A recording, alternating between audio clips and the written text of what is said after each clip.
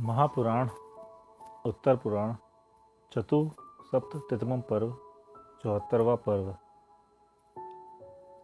अथांतर सार्थक नाम को धारण करने वाले श्री वर्धमान जिनेन्द्र घातिया कर्मों के नाश से प्राप्त हुई वृद्धि मुझे दें।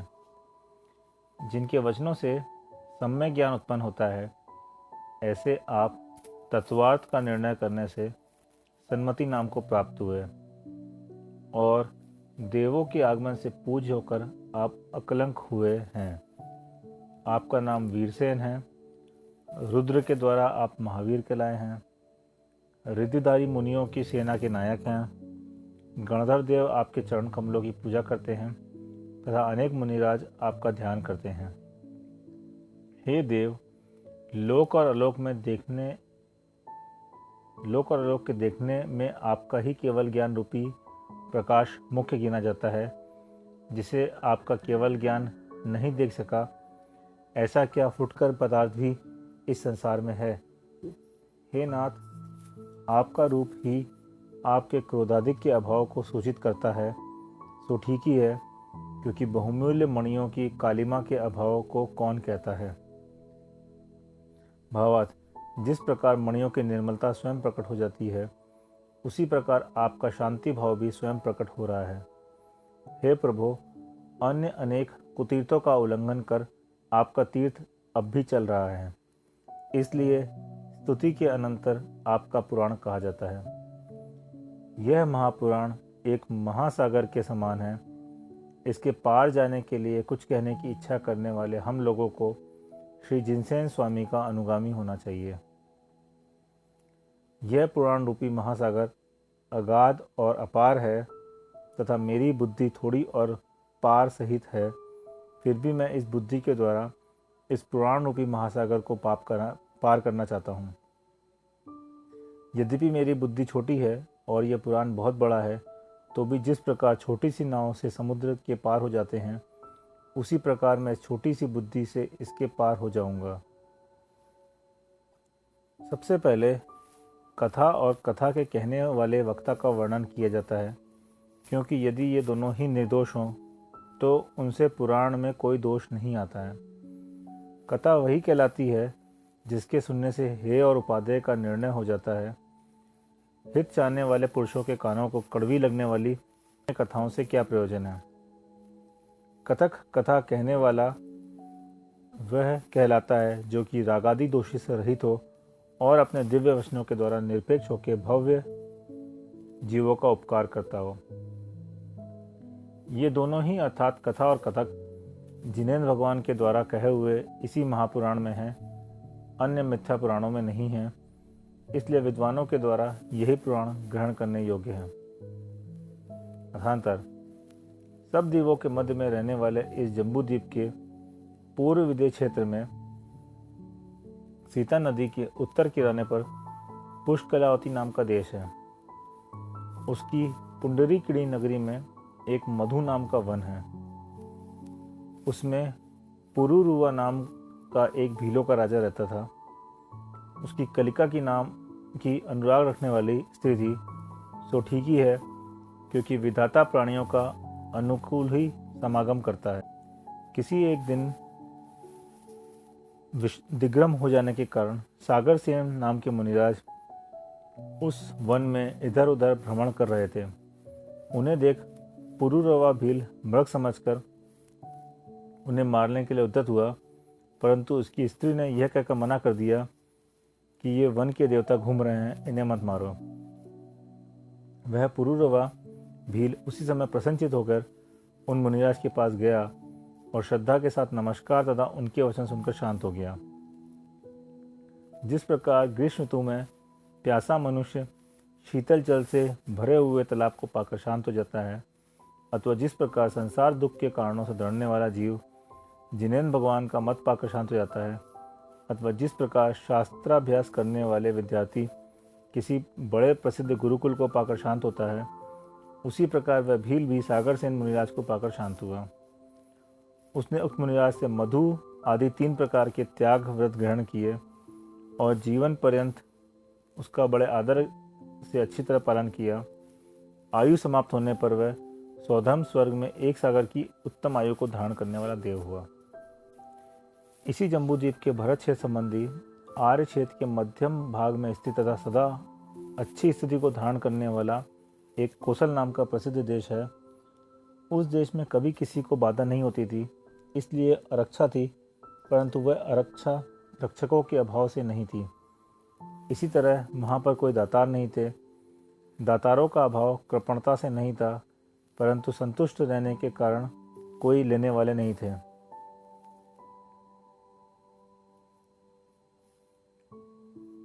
वहाँ कठोरता स्त्रियों के स्तनों में ही थी। वहाँ रहने वाले किसी मनुष्य के चित्त में कठोरता क्रूरता नहीं थी। इसी तरह मुझे कुछ देव यह शब्द मांगने के लिए नहीं निकलता था और हमारी रक्षा करो यह शब्द भय से निकलता था। इस प्रकार कलंक और क्षीणता के ये दो शब्द चंद्रमा के वाचक राजा में ही पाए जाते थे, अन्य किसी राजा में नहीं पाए जाते थे।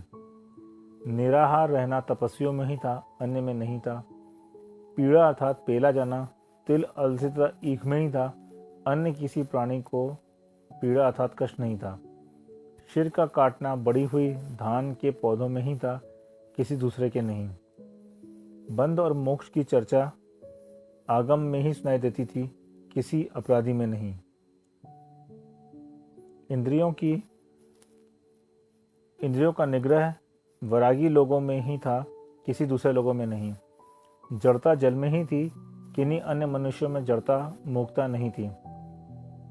तीक्ष्णता सुई आदि में ही थी, वहाँ के मनुष्यों में उग्रता नहीं थी। वक्रता तालियों में ही थी, किसी अन्य कार्य में कुटिलता मायाचारिता नहीं थी।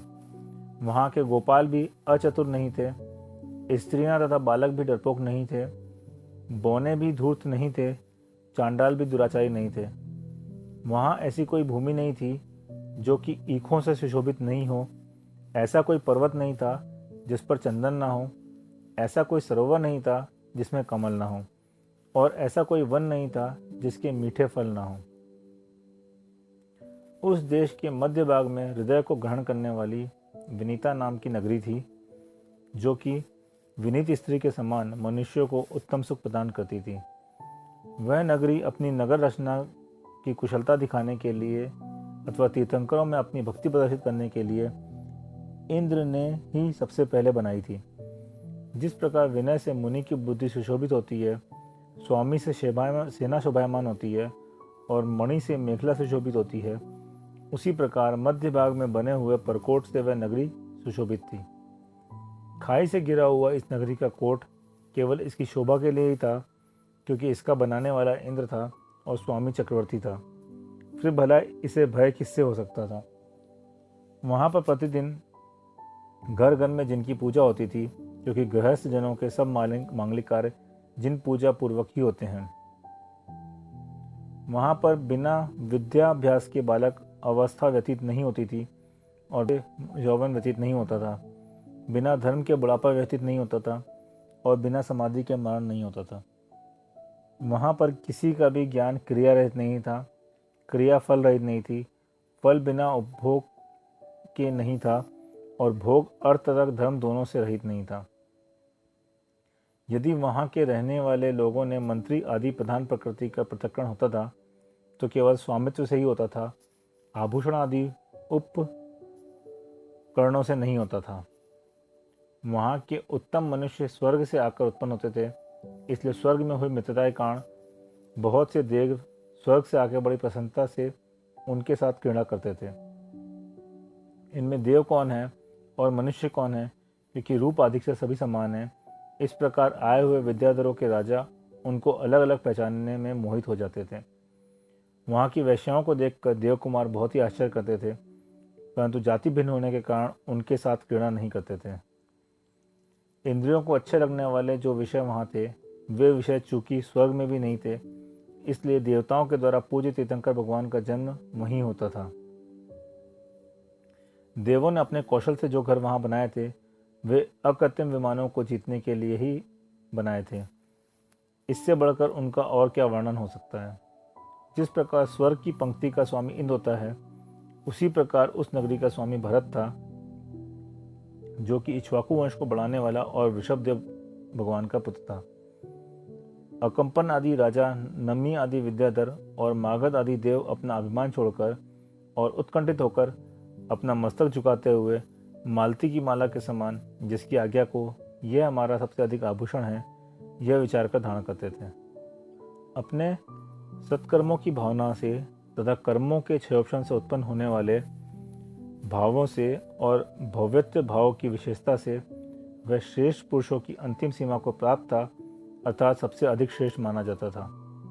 वह भरत भगवान आदिनाथ का ज्येष्ठ पुत्र था, 16वां मनु था, प्रथम चक्रवर्ती था और एक मुहूर्त में ही मुक्त हो गया था, केवल ज्ञानी हो गया था। इसलिए वह किनके साथ सादृश्य को प्राप्त हो सकता था, अर्थात किसी के साथ नहीं। वह सर्वथा अनुपम था। उसकी अनंतमती नाम की वह देवी थी, जो कि ऐसी सुशोभित होती थी मानो शरीर धारणी कीर्ति हो अथवा कमल रूपी निवास स्थान को छोड़कर आई हो, मानो लक्ष्मी ही हो। जिस प्रकार बुद्धि और पराक्रम से विशेष लक्ष्मी उत्पन्न होती है, उसी प्रकार उन दोनों के पुरुवरा भील का जीव देव मारीची नाम का ज्येष्ठ पुत्र उत्पन्न हुआ। अपने बाबा भगवान ऋषभदेव की दीक्षा के समय स्वयं ही गुरु भक्ति से प्रेरित होकर मरीचि ने कच्छ आदि राजाओं के साथ सब परिग्रह का त्याग कर दीक्षा धारण कर ली थी। उसने बहुत समय तक तो तपस्या का क्लेश था और क्षुधा, शीत आदि परिचय भी सहे, परंतु संसारवास की दीनता के कारण पीछे चलकर वह उन्हें सहन करने में असमर्थ हो गया। इसलिए स्वयं ही फल तथा वस्त्रादि ग्रहण करने के लिए उद्धत हुआ।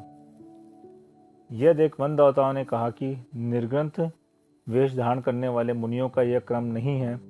यदि तुम्हें ऐसी प्रवृत्ति करना है तो इच्छानुसार दूसरा वेश ग्रहण कर लो। वन देवताओं के उक्त वचन सुनकर प्रबल मिथ्यात्व से प्रेरित हुए मरीचि ने भी सबसे पहले परिव्राजक की दीक्षा धारण कर ली। सो ठीक ही है, क्योंकि जिसका संसार दीर्घ होता है उसके लिए वह मिथ्यात्व कर्म मिथ्या मार्ग ही दिखलाता है। उस समय उसे परिव्राजकों के शास्त्र का ज्ञान भी स्वयं ही प्रकट हो गया। सो ठीक है, क्योंकि सज्जनों के समान दुर्जनों को भी अपने विषय का ज्ञान स्वयं हो जाता है। उसने तीर्थंकर भगवान की दिव्य ध्वनि सुनकर भी समीचीन धर्म ग्रहण नहीं किया था। वह सोचता रहता था कि जिस प्रकार भगवान ऋषभदेव ने अपने आप समस्त परिग्रहों का त्याग कर तीनों लोकों में क्षोभ उत्पन्न करने वाली सामर्थ्य प्राप्त की है, उसी प्रकार मैं भी संसार में अपने द्वारा चलाए हुए दूसरे मत की व्यवस्था करूंगा और उसके निमित्त से होने वाले बड़े भारी प्रभाव के कारण इंद्र की प्रतीक्षा प्राप्त करूंगा, इंद्र के द्वारा की हुई पूजा प्राप्त करूंगा। मैं इच्छा करता हूं कि मेरे यह सब अवश्य होगा। इस प्रकार मान कर्म के उदय से वह पापी खोटे मत से विरत नहीं हुआ और अनेक दोषों से दूषित होने पर भी वही वेश धारण कर रहने लगा। यद्यपि वह 3 दंड रखता था, परंतु समीचीन दंड से रहित था, अर्थात इंद्रिय दमन रूपी समीचीन दंड उसके पास नहीं था। जिस प्रकार खोटा राजा अनेक प्रकार के दंडों को सजाओं को पाता है, उसी प्रकार वह भी रत्न प्रभा आदि पृथ्वियों से अनेक प्रकार के दंडों को पाने वाला था। वह सम्यक ज्ञान से रहित था, अतः कमंडलू सहित होने पर भी शौच जाने की बुद्धि नहीं करता था और कहता था कि क्या जल से आत्मा की शुद्धि होती है। शौच जाने के बाद शुद्धि नहीं करता था और कहता था कि क्या जल से आत्मा की शुद्धि होती है। वह यद्यपि प्रातःकालीन शीतल जल से स्नान करता था और कंदमूल तथा फलों का भोजन करता था, फिर भी परिग्रह का त्याग बतलाकर अपनी प्रसिद्धि करता था। लोगों में इस बात की घोषणा करता था कि मैं परिग्रह का त्यागी हूँ। जिस प्रकार इंद्र जालिया के द्वारा लाए हुए सूर्य, चंद्रमा तथा समुद्र अवास्तविक होते हैं, आभास मात्र होते हैं, उसी प्रकार उसके द्वारा देखे हुए तत्व अवास्तविक थे, तत्वाभास थे। इस प्रकार कपिल आदि अपने शिष्यों के लिए अपने कल्पित तत्व का उपदेश देता हुआ सम्राट भरत का पुत्र मारीचि चिरकाल तक इस पृथ्वी पर भ्रमण करता रहा। आयु के अंत में मरकर वह ब्रह्म स्वर्ग में 10 सागर की आयु वाला देव हुआ। वहां से च्युत हुआ और अयोध्या नगरी में कपिल नामक ब्राह्मण की काली नाम की स्त्री से वेदों को जानने वाला जटिल नाम का पुत्र हुआ। परिव्राजक के मत में स्थित होकर उसने पहले की तरह चिरकाल तक उसी के मार्ग का उपदेश दिया और मरकर स्वधर्म स्वर्ग में देव हुआ। 2 सागर तक वहां के सुख भोग कर आयु के अंत में वहां से च्युत हुआ और इसी भरत क्षेत्र के स्थूणागार नामक शेष नगर में भारद्वाज नामक ब्राह्मण की पुष्पदत्ता स्त्री से पुण्यमित्र नाम का पुत्र उत्पन्न हुआ। उसने वही पहला परिव्राजक का वेश धारण कर प्रकृति आदि के द्वारा निरूपित 25 मिथ्या तत्व मूर्ख मनुष्य की बुद्धि में प्राप्त कराए, अर्थात मूर्ख मनुष्यों को 25 तत्वों का उपदेश दिया। यह सब होने पर भी उसकी कषाय मन थी, अतः देवायु का बंध कर सौधम स्वर्ग में 1 सागर की आयु वाला देव हुआ। वहां के सुख भोग कर वहां से आया और इसी भरत क्षेत्र के सूतिका नामक गांव में अग्निभूति नाम की ब्राह्मणी की गौतमी नाम की स्त्री से अग्निशय नाम का पुत्र उत्पन्न हुआ। वहां भी उसने परिव्राजक की दीक्षा ले पहले के समान ही अपनी आयु बिताई और आयु के अंत में मरकर देवपद को प्राप्त हुआ। वहां 7 सागर प्रमाण उसकी आयु थी। देवों के सुख भोग कर आयु के अंत में वहां से च्युत हुआ और इसी भरत क्षेत्र के मंदिर नामक गांव में गौतम ब्राह्मण की कौशिकी नाम की ब्राह्मणी से अग्निमित्र नाम का पुत्र हुआ। वहां पर भी उसने वही पुरानी परिव्राजक की दीक्षा धारण कर मिथ्या शास्त्रों का पूर्ण ज्ञान प्राप्त किया। अब की बार वह महेंद्र स्वर्ग में उदय हुआ। फिर वहां से च्युत होकर उसी मंदिर नामक नगर में शालयांगन ब्राह्मण की मंदिरा नाम की स्त्री से भारद्वाज नाम का जगत प्रसिद्ध पुत्र हुआ और वहां उसने त्रिदंड से सुशोभित अखंड दीक्षा का आचरण किया। तदनंतर वह महेंद्र स्वर्ग में 7 सागर की आयु वाला देव हुआ।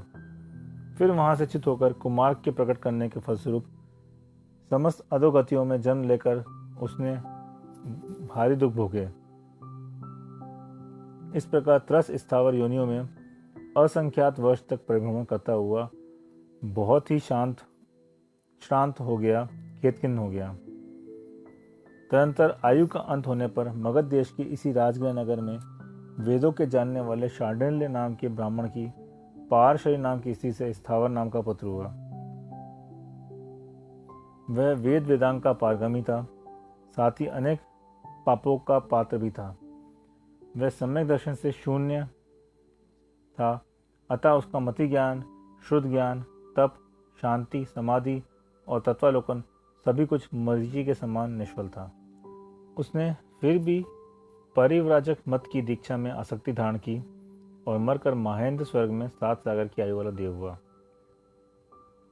वहां से च्युत होकर वह इसी मगध देश के राजगृह नामक उत्तम नगर में विश्वभूति राजा की जैनी नाम की स्त्री से प्रसिद्ध पराक्रम का धारी विश्वनंदी नाम का पुत्र हुआ। इसी राजा विश्वभूति का विशाखभूति नाम का एक छोटा भाई था, जो कि बहुत ही वैभवशाली था। उसकी लक्ष्मणा नाम की स्त्री से विशाख नंद नाम का मूर्ख पुत्र उत्पन्न हुआ और ये सब लोग सुख से निवास करते थे। किसी दूसरे दिन शुद्ध बुद्धि को धारण करने वाला राजा विश्वभूति शरद ऋतु का मेघ का नाश देखकर विरक्त हो गया।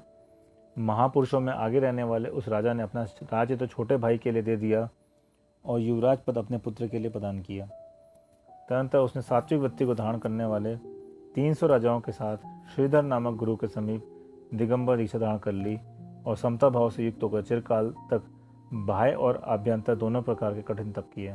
तदनंतर किसी दिन विश्वनंदी कुमार अपने मनोहर नाम के उद्यान में अपनी स्त्रियों के साथ क्रीड़ा कर रहे थे।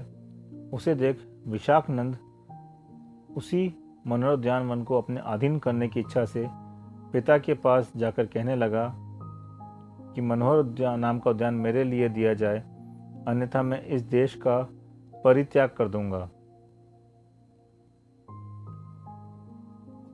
आचार्य कहते हैं कि जो उत्तम भोगों के रहते हुए भी विरुद्ध विषयों में प्रेम करता है, वह आगामी भव में होने वाले दुखों का भारी धारण करता है। पुत्र के वचन सुनकर तथा हृदय में धारण कर स्नेह से भरे हुए पिता ने कहा, वह वन कितनी सी वस्तु है, मैं तुझे अभी देता हूँ।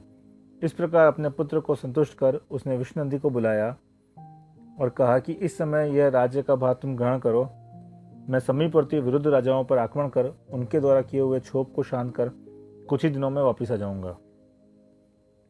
राजा के वचन सुनकर श्रेष्ठ पुत्र विश्वनंदी ने उत्तर दिया, हे पूज्यपाद, आप यही निश्चित होकर रहिए, मैं ही जाके उन राजाओं को दास बनाए लाता हूँ। आचार्य कहते हैं कि देखो, राजा ने यह विचार नहीं किया कि राज्य तो इसी का है, भाई ने स्नेहवश मुझे दिया था, केवल वन के लिए ही वह उस श्रेष्ठ पुत्र को ठगने के लिए उद्यत हो गया, सो ऐसे दुष्ट अभिप्राय को धिक्कार है।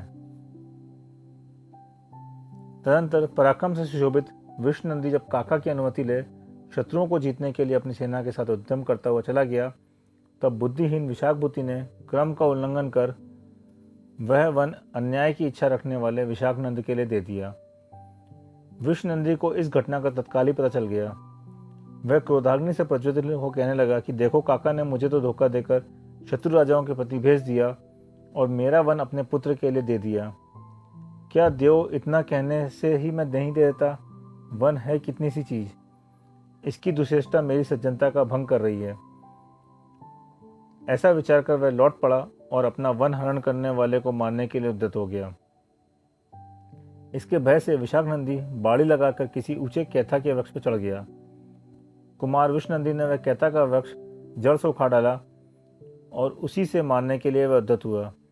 यह देख विशाखनंद वहां से भागा और एक पत्थर के खंभे के पीछे छिप गया, परंतु बलवान विष्णुनंदी ने अपने हथेलियों के प्रहार से उस पत्थर को खंभा को शीघ्र ही तोड़ डाला। विशाखनंद वहां से ही भागा।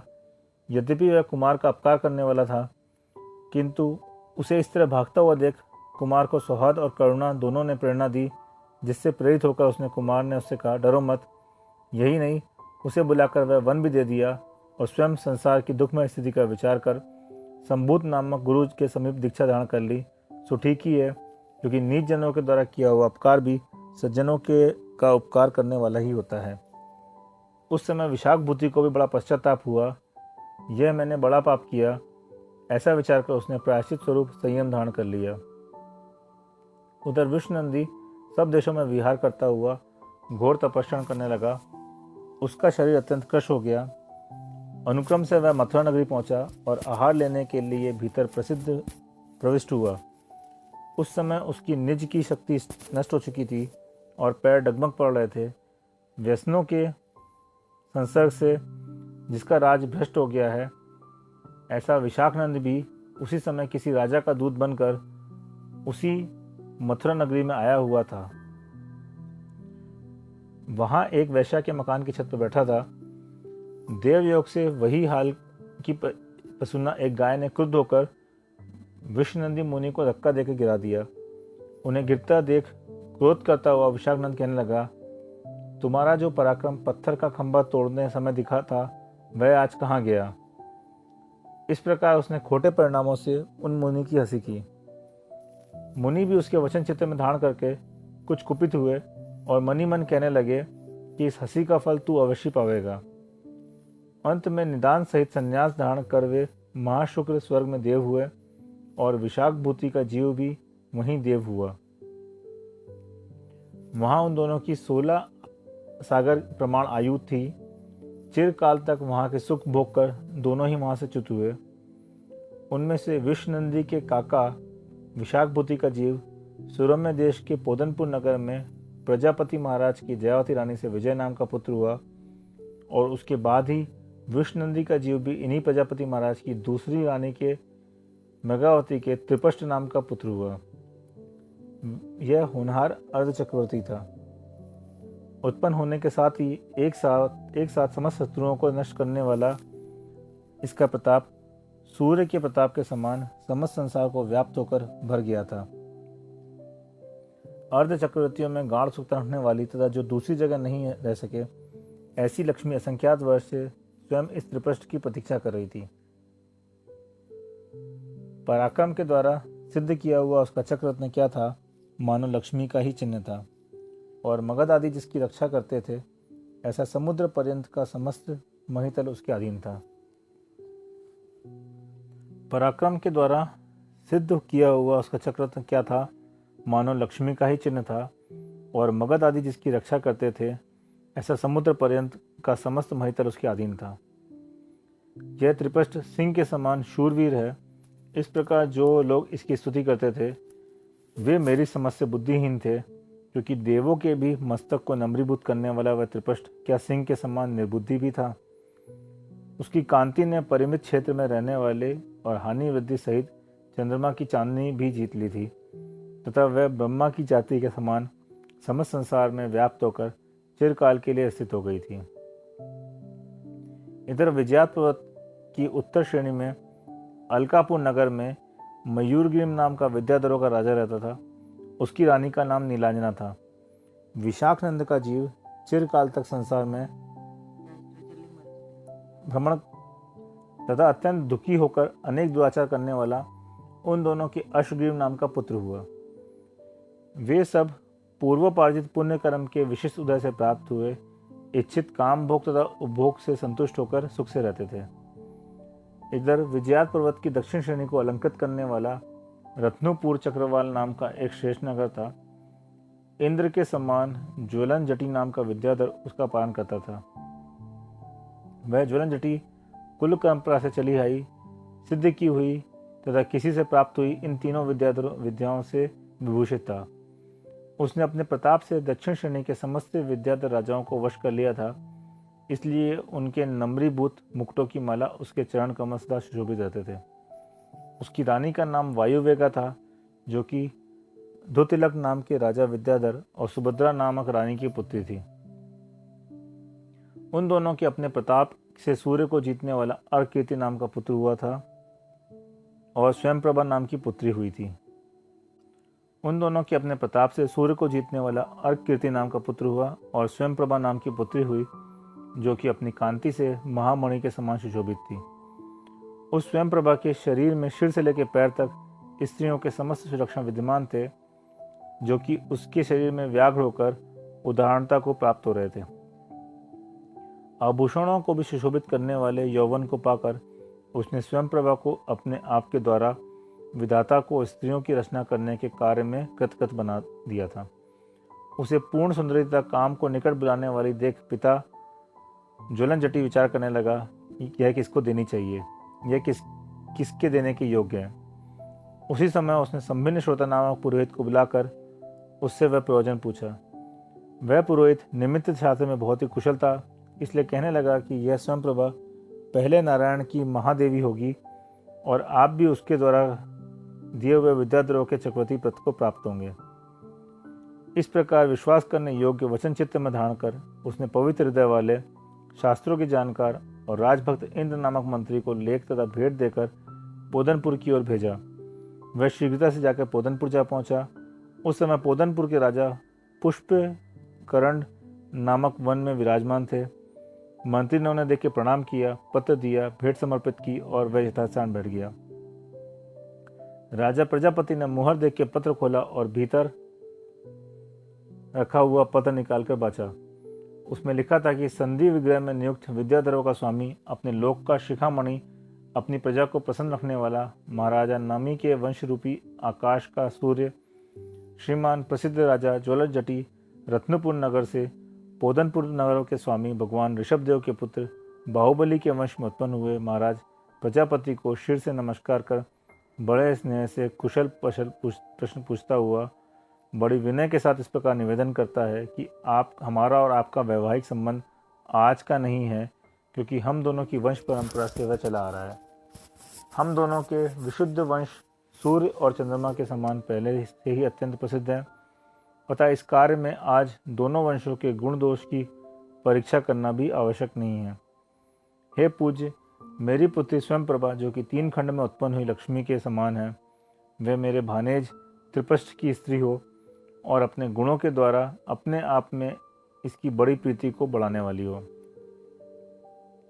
प्रजापति महाराज ने भाई का यह कथन सुन मंत्री को यह कहकर संतुष्ट किया कि जो बात ज्वलन जटी को ईष्ट है वह मुझे भी ईष्ट है।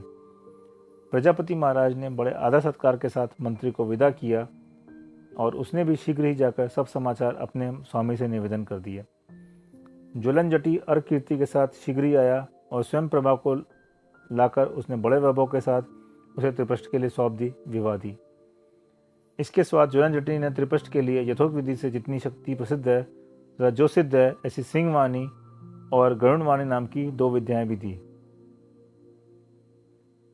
इधर अश्वग्रीव ने अपने गुप्तचरों के द्वारा जब यह बात सुनी तो उसका हृदय क्रोध अग्नि से जलने लगा। वह युद्ध करने की इच्छा से 3 प्रकार की विद्याओं से संपन्न विद्याधर राजाओं, शत्रु के सन्मुख चढ़ाई करने वाले मार्ग कुशल तथा अनेक शत्रुओं से सुसज्जित योद्धाओं से आवृत होकर रथावर्त नामक पर्वत पर आ पहुंचा। अश्वग्रीव की चढ़ाई सुनकर शत्रुओं के लिए अत्यंत कठोर त्रिपष्ट कुमार भी अपनी चतुरंग सेना के साथ पहले ही वहां आ डटा।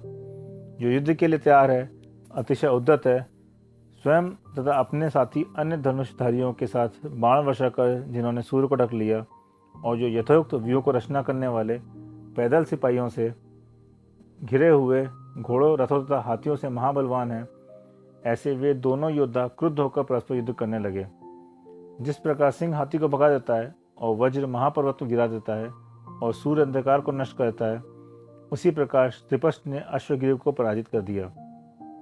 जब अश्वग्रीव माया युद्ध में भी पराजित हो गया, तब उसने लज्जित होकर त्रिपष्ट के ऊपर कठोर चक्र चला दिया, परंतु वह चक्र प्रदक्षिणा देकर शीघ्र ही उसकी दाहिनी भुजा पर आकर स्थिर हो। त्रिपष्ट ने भी उसे लेकर क्रोधवश शत्रु पर चला दिया। उसने जाते ही अश्वग्रीव की ग्रीवा के 2 टुकड़े कर दिए। त्रिकंड का अधिपति होने से त्रिपष्ट को अर्ध चक्रवर्ती का पद मिला। युद्ध में प्राप्त हुई विजय के समान विजय नाम के भाई के साथ चक्रवर्ती त्रिपष्ट विजयात पर्वत पर गया और वहां उसने रत्नीपुर नगर के राजा ज्वलन जटी को दोनों श्रेणियों का चक्रवर्ती बना दिया। तो ठीक ही है, क्योंकि स्वामी के क्रोध तथा प्रसन्न होने का फल यहाँ ही प्रकट हो जाता है। उस त्रिपष्ट ने चिरकाल तक राजलक्ष्मी का उपयोग किया, परंतु तप न होने के कारण उसे भोगों की आकांक्षा बनी। फलस्वरूप बहुत आरंभ और बहुत परिग्रह का धारण होने से वह मरकर 7वें नरक गया। वह वहां परस्पर किए हुए दुख को तथा पृथ्वी संबंधी दुख को चिरकाल तक भोगता रहा। अंत में उसने दुस्तर नरक से निकलकर वह तीव्र पाप के कारण इसी जम्बूद्वीप के भरत क्षेत्र में गंगा नदी के तट के समुपवर्ती वन में सिंहगिरी नामक पर्वत पर सिंह हुआ। वहां पर भी उसने तीव्र पाप किया, अतः ऐसी जिसमें अग्नि जल रही है ऐसी रत्नप्रभा नामक पृथ्वी में गया। वहां 1 सागर तक भयंकर दुख भुगता रहा। तुरंत वहां से चुक्त होकर इसी जम्बूद्वीप के सिंधुकुटी के पूर्व दिशा में हिमवत पर्वत की शिखर पर दैदीप्यमान बालों से सुशोभित सिंह हुआ, जिनका मुख पैनी दाढ़ों से भयंकर है। ऐसे भय उत्पन्न करने वाला वह सिंह किसी समय किसी एक हरिण को पकड़कर खा रहा था। उसी समय अतिशय दयालु अतिंजय नाचरण नामक मुनि अमित नामक मुनिराज के साथ आकाश में जा रहे थे। उन्होंने उस सिंह को देखा और देखते ही वे तीर्थंकर के वचनों का स्मरण कर दयावश आकाश मार्ग से उतरकर उस सिंह के पास पहुंचे और शिलातल पर बैठकर जोर जोर से धर्मवय वचन कहने लगे। उन्होंने उस सिंह को देखा, देखते ही वे तीर्थंकर के वचनों का स्मरण कर दयावश आकाश मार्ग से उतरकर उस सिंह के पास पहुंचे और शिलातल पर बैठकर जोर जोर से धर्मवय वचन कहने लगे। उन्होंने कहा कि हे भव्य मगराज, तूने पहले त्रिपष्ट के भाव में 5 इंद्रियों के श्रेष्ठ विषयों का अनुभव किया। तूने कोमल शय्यातल पर मनोभिलाषित स्त्रियों के साथ चिरकाल तक मनचाहा सुख स्वच्छंदता पूर्वक भोगा है। रसना इंद्रियों को तृप्त करने वाले सब रसों से परिपूर्ण तथा अमृत रसायन के साथ स्पर्धा करने वाले दिव्य भोग का उपभोग तूने किया है। उस भाव में तूने सुगंधित धूप के अनुपलनों से मालाओं से अनुलेपनों से मालाओं से चूर्णों से तथा अन्य सुवासों से चिरकाल तक अपनी नाक के दोनों पुट संतुष्ट किए हैं। रस और भाव से युक्त विविध कर्णों से संगत स्त्रियों के द्वारा किया हुआ अनेक प्रकार का नृत्य भी देखा है। इसी प्रकार जिसके शुद्ध तथा देशज भेद हैं और जो चेतन तथा अचेतन एवं दोनों से उत्पन्न होते हैं, ऐसे षडज आदि 7 स्वर तूने अपने दोनों कानों में भरे हैं। 3 खंड से सुशोभित क्षेत्र में जो कुछ उत्पन्न हुआ है वह सब मेरा ही है। इस अभिमान से उत्पन्न हुए मानसिक सुख का भी तूने चिरकाल तक अनुभव किया है। इस प्रकार विषय संबंधी सुख भोग कर भी संतुष्ट नहीं हो सका और सम्यक दर्शन तथा 5 व्रतों से रहित होने के कारण 7वें नरक में प्रविष्ट हुआ। वहां खोलते हुए जल से भरी वैतरणी नामक भयंकर नदी में तूने पापी नारकियों ने घुसाया और तुझे जबरदस्ती स्नान करना पड़ा। कभी उन नारकियों ने तुझे, जिस पर जलती हुई ज्वालाओं से भयंकर उछल उछल कर बड़ी बड़ी गोल गोल चट्टानें पड़ रही हैं, ऐसे पर्वत पर दौड़ाया और तेरा समस्त शरीर टांकी से छिन्न भिन्न हो गया। कभी भाड़ की बालू से की गर्मी से तेरे 8 अंग जल जाते थे और कभी जलती हुई चिता में गिरा देने से तेरा समस्त शरीर जल कर राख हो जाता था। अत्यंत प्रचंड और तपाए हुए लोहे को के घनों की चोट से कभी तेरा चूर्ण किया जाता था, कभी तलवार जैसे पत्तों से आच्छादित वन में तू बार बार घुमाया जाता था। अनेक प्रकार के पक्षी, वन पशु और काल के समान कुत्तों के द्वारा तू दुखी किया जाता था तथा परस्पर की मारकाट तथा ताड़ना से तुझे पीड़ित किया जाता था।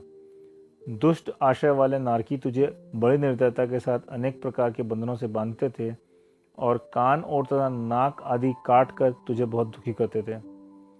पापी नारकी तुझे कभी अनेक प्रकार के तीक्ष्ण शूलों पर चढ़ा देते थे। इस तरह तूने परवश होकर वहां चिरकाल तक बहुत प्रकार के दुख भोगे।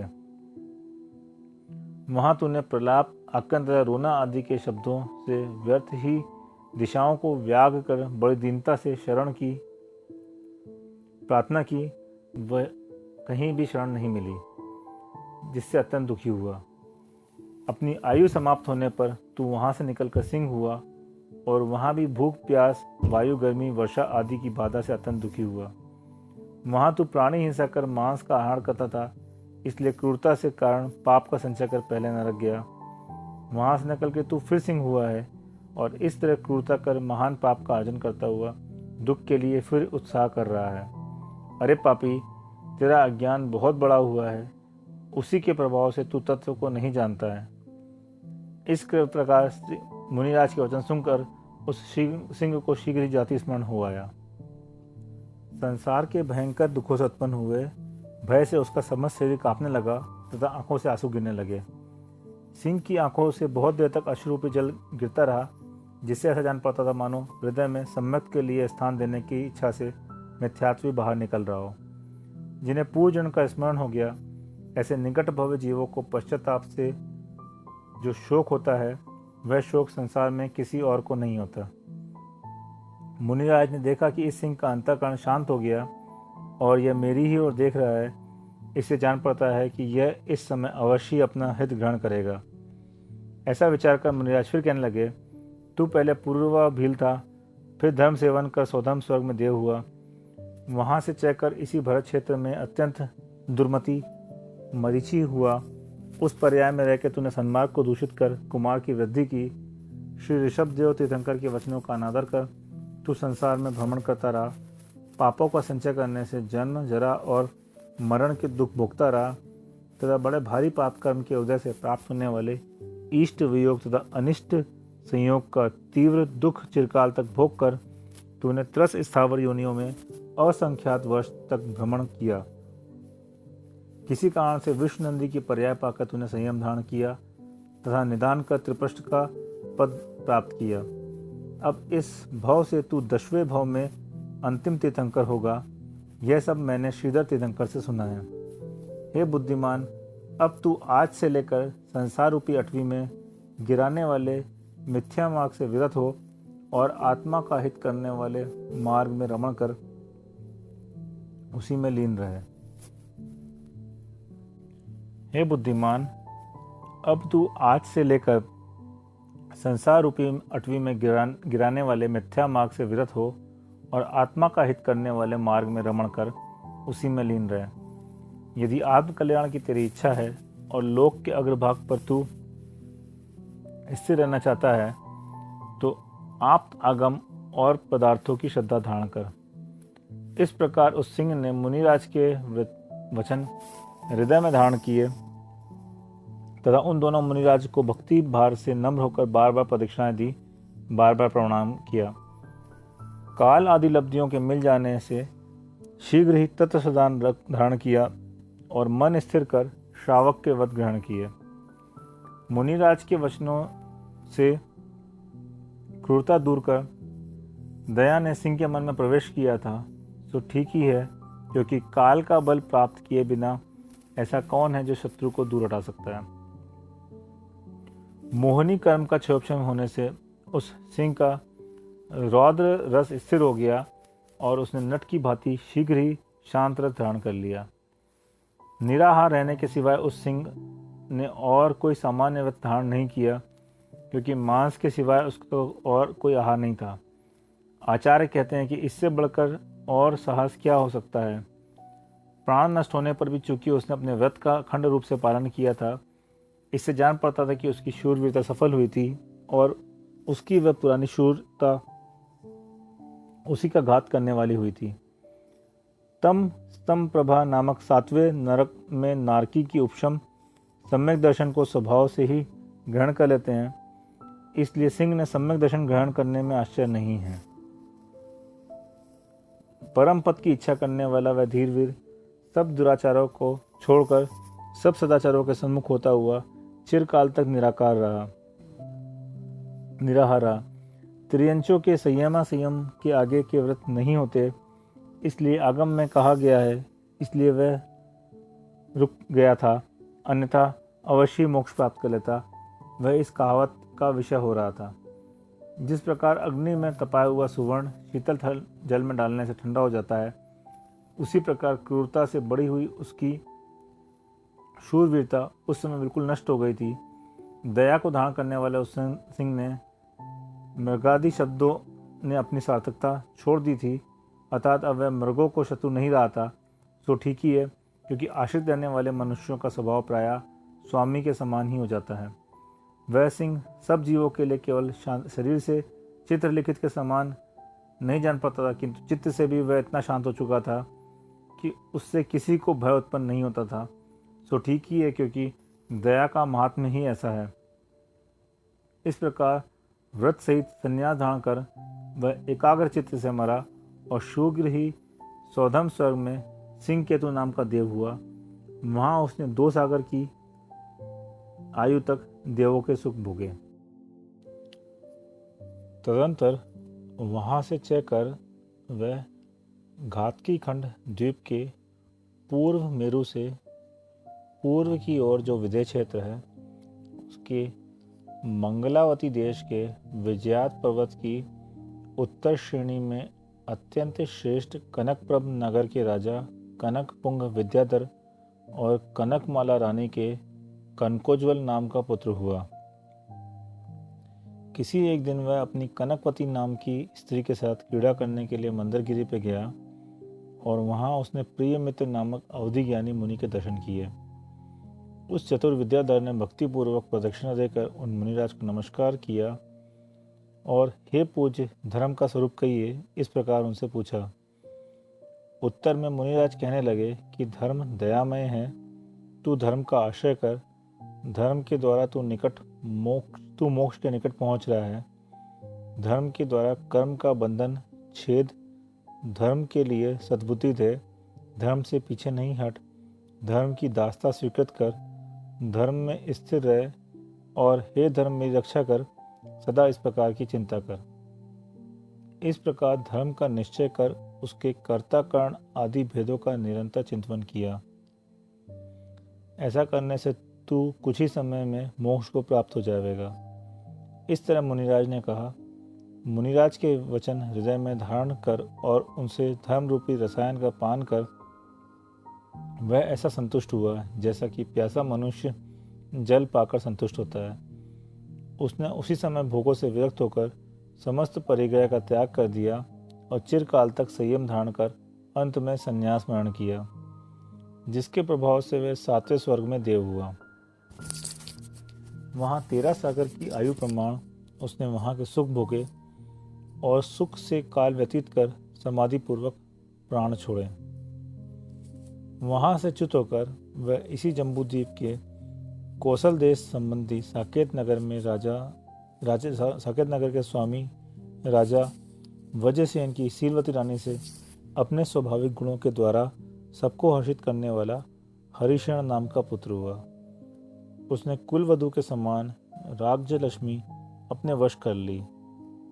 अंत में उसने सारहीन माला के समान वह समस्त लक्ष्मी छोड़ दी और उत्तम व्रत और उत्तम शास्त्र ज्ञान से सुशोभित श्री शिव सागर नाम के सद्गुरु के पास जाकर दीक्षा धारण कर ली। जिसके व्रत निरंतर बढ़ रहे हैं, ऐसा हरिशरण आयु का अंत होने पर महाशुक्र स्वर्ग में देव उत्पन्न हुआ। वहां वह 16 सागर की आयु प्रमाण उत्तम सुख भोगता रहा। जिस प्रकार उदित हुआ सूर्य अस्त हो जाता है, उसी प्रकार वह देव भी अनंत काल को प्राप्त हुआ और वहां से चलकर घातकीखंड द्वीप की पूर्व दिशा संबंधी विदेह क्षेत्र के पूर्व भाग में स्थित पुष्कलावती देश की पुंडरीगिरि नगरी में राजा सुमित्र और उनकी मनोरमा नाम की रानी के प्रियमित्र नाम का पुत्र हुआ। वह पुत्र नीति रूपी आभूषणों से विभूषित था। उसने अपने नाम के से ही समस्त शत्रुओं को नम्रीभूत कर दिया था तथा चक्रवर्ती का पद प्राप्त कर समस्त प्रकार के भोगों का उपभोग किया था। अंत में वह क्षेमंकर नामक जिनेंद्र के मुखारबिंद से प्रकट हुए, तत्वों से भरे हुए और गंभीर अर्थ को सूचित करने वाले वाक्यों से सब पदार्थों के समागम को भंगुर मानकर विरक्त हो गया तथा सर्वमित्र नामक अपने पुत्र के लिए राज्य का भार देकर 1000 राजाओं के साथ दीक्षित हो गया।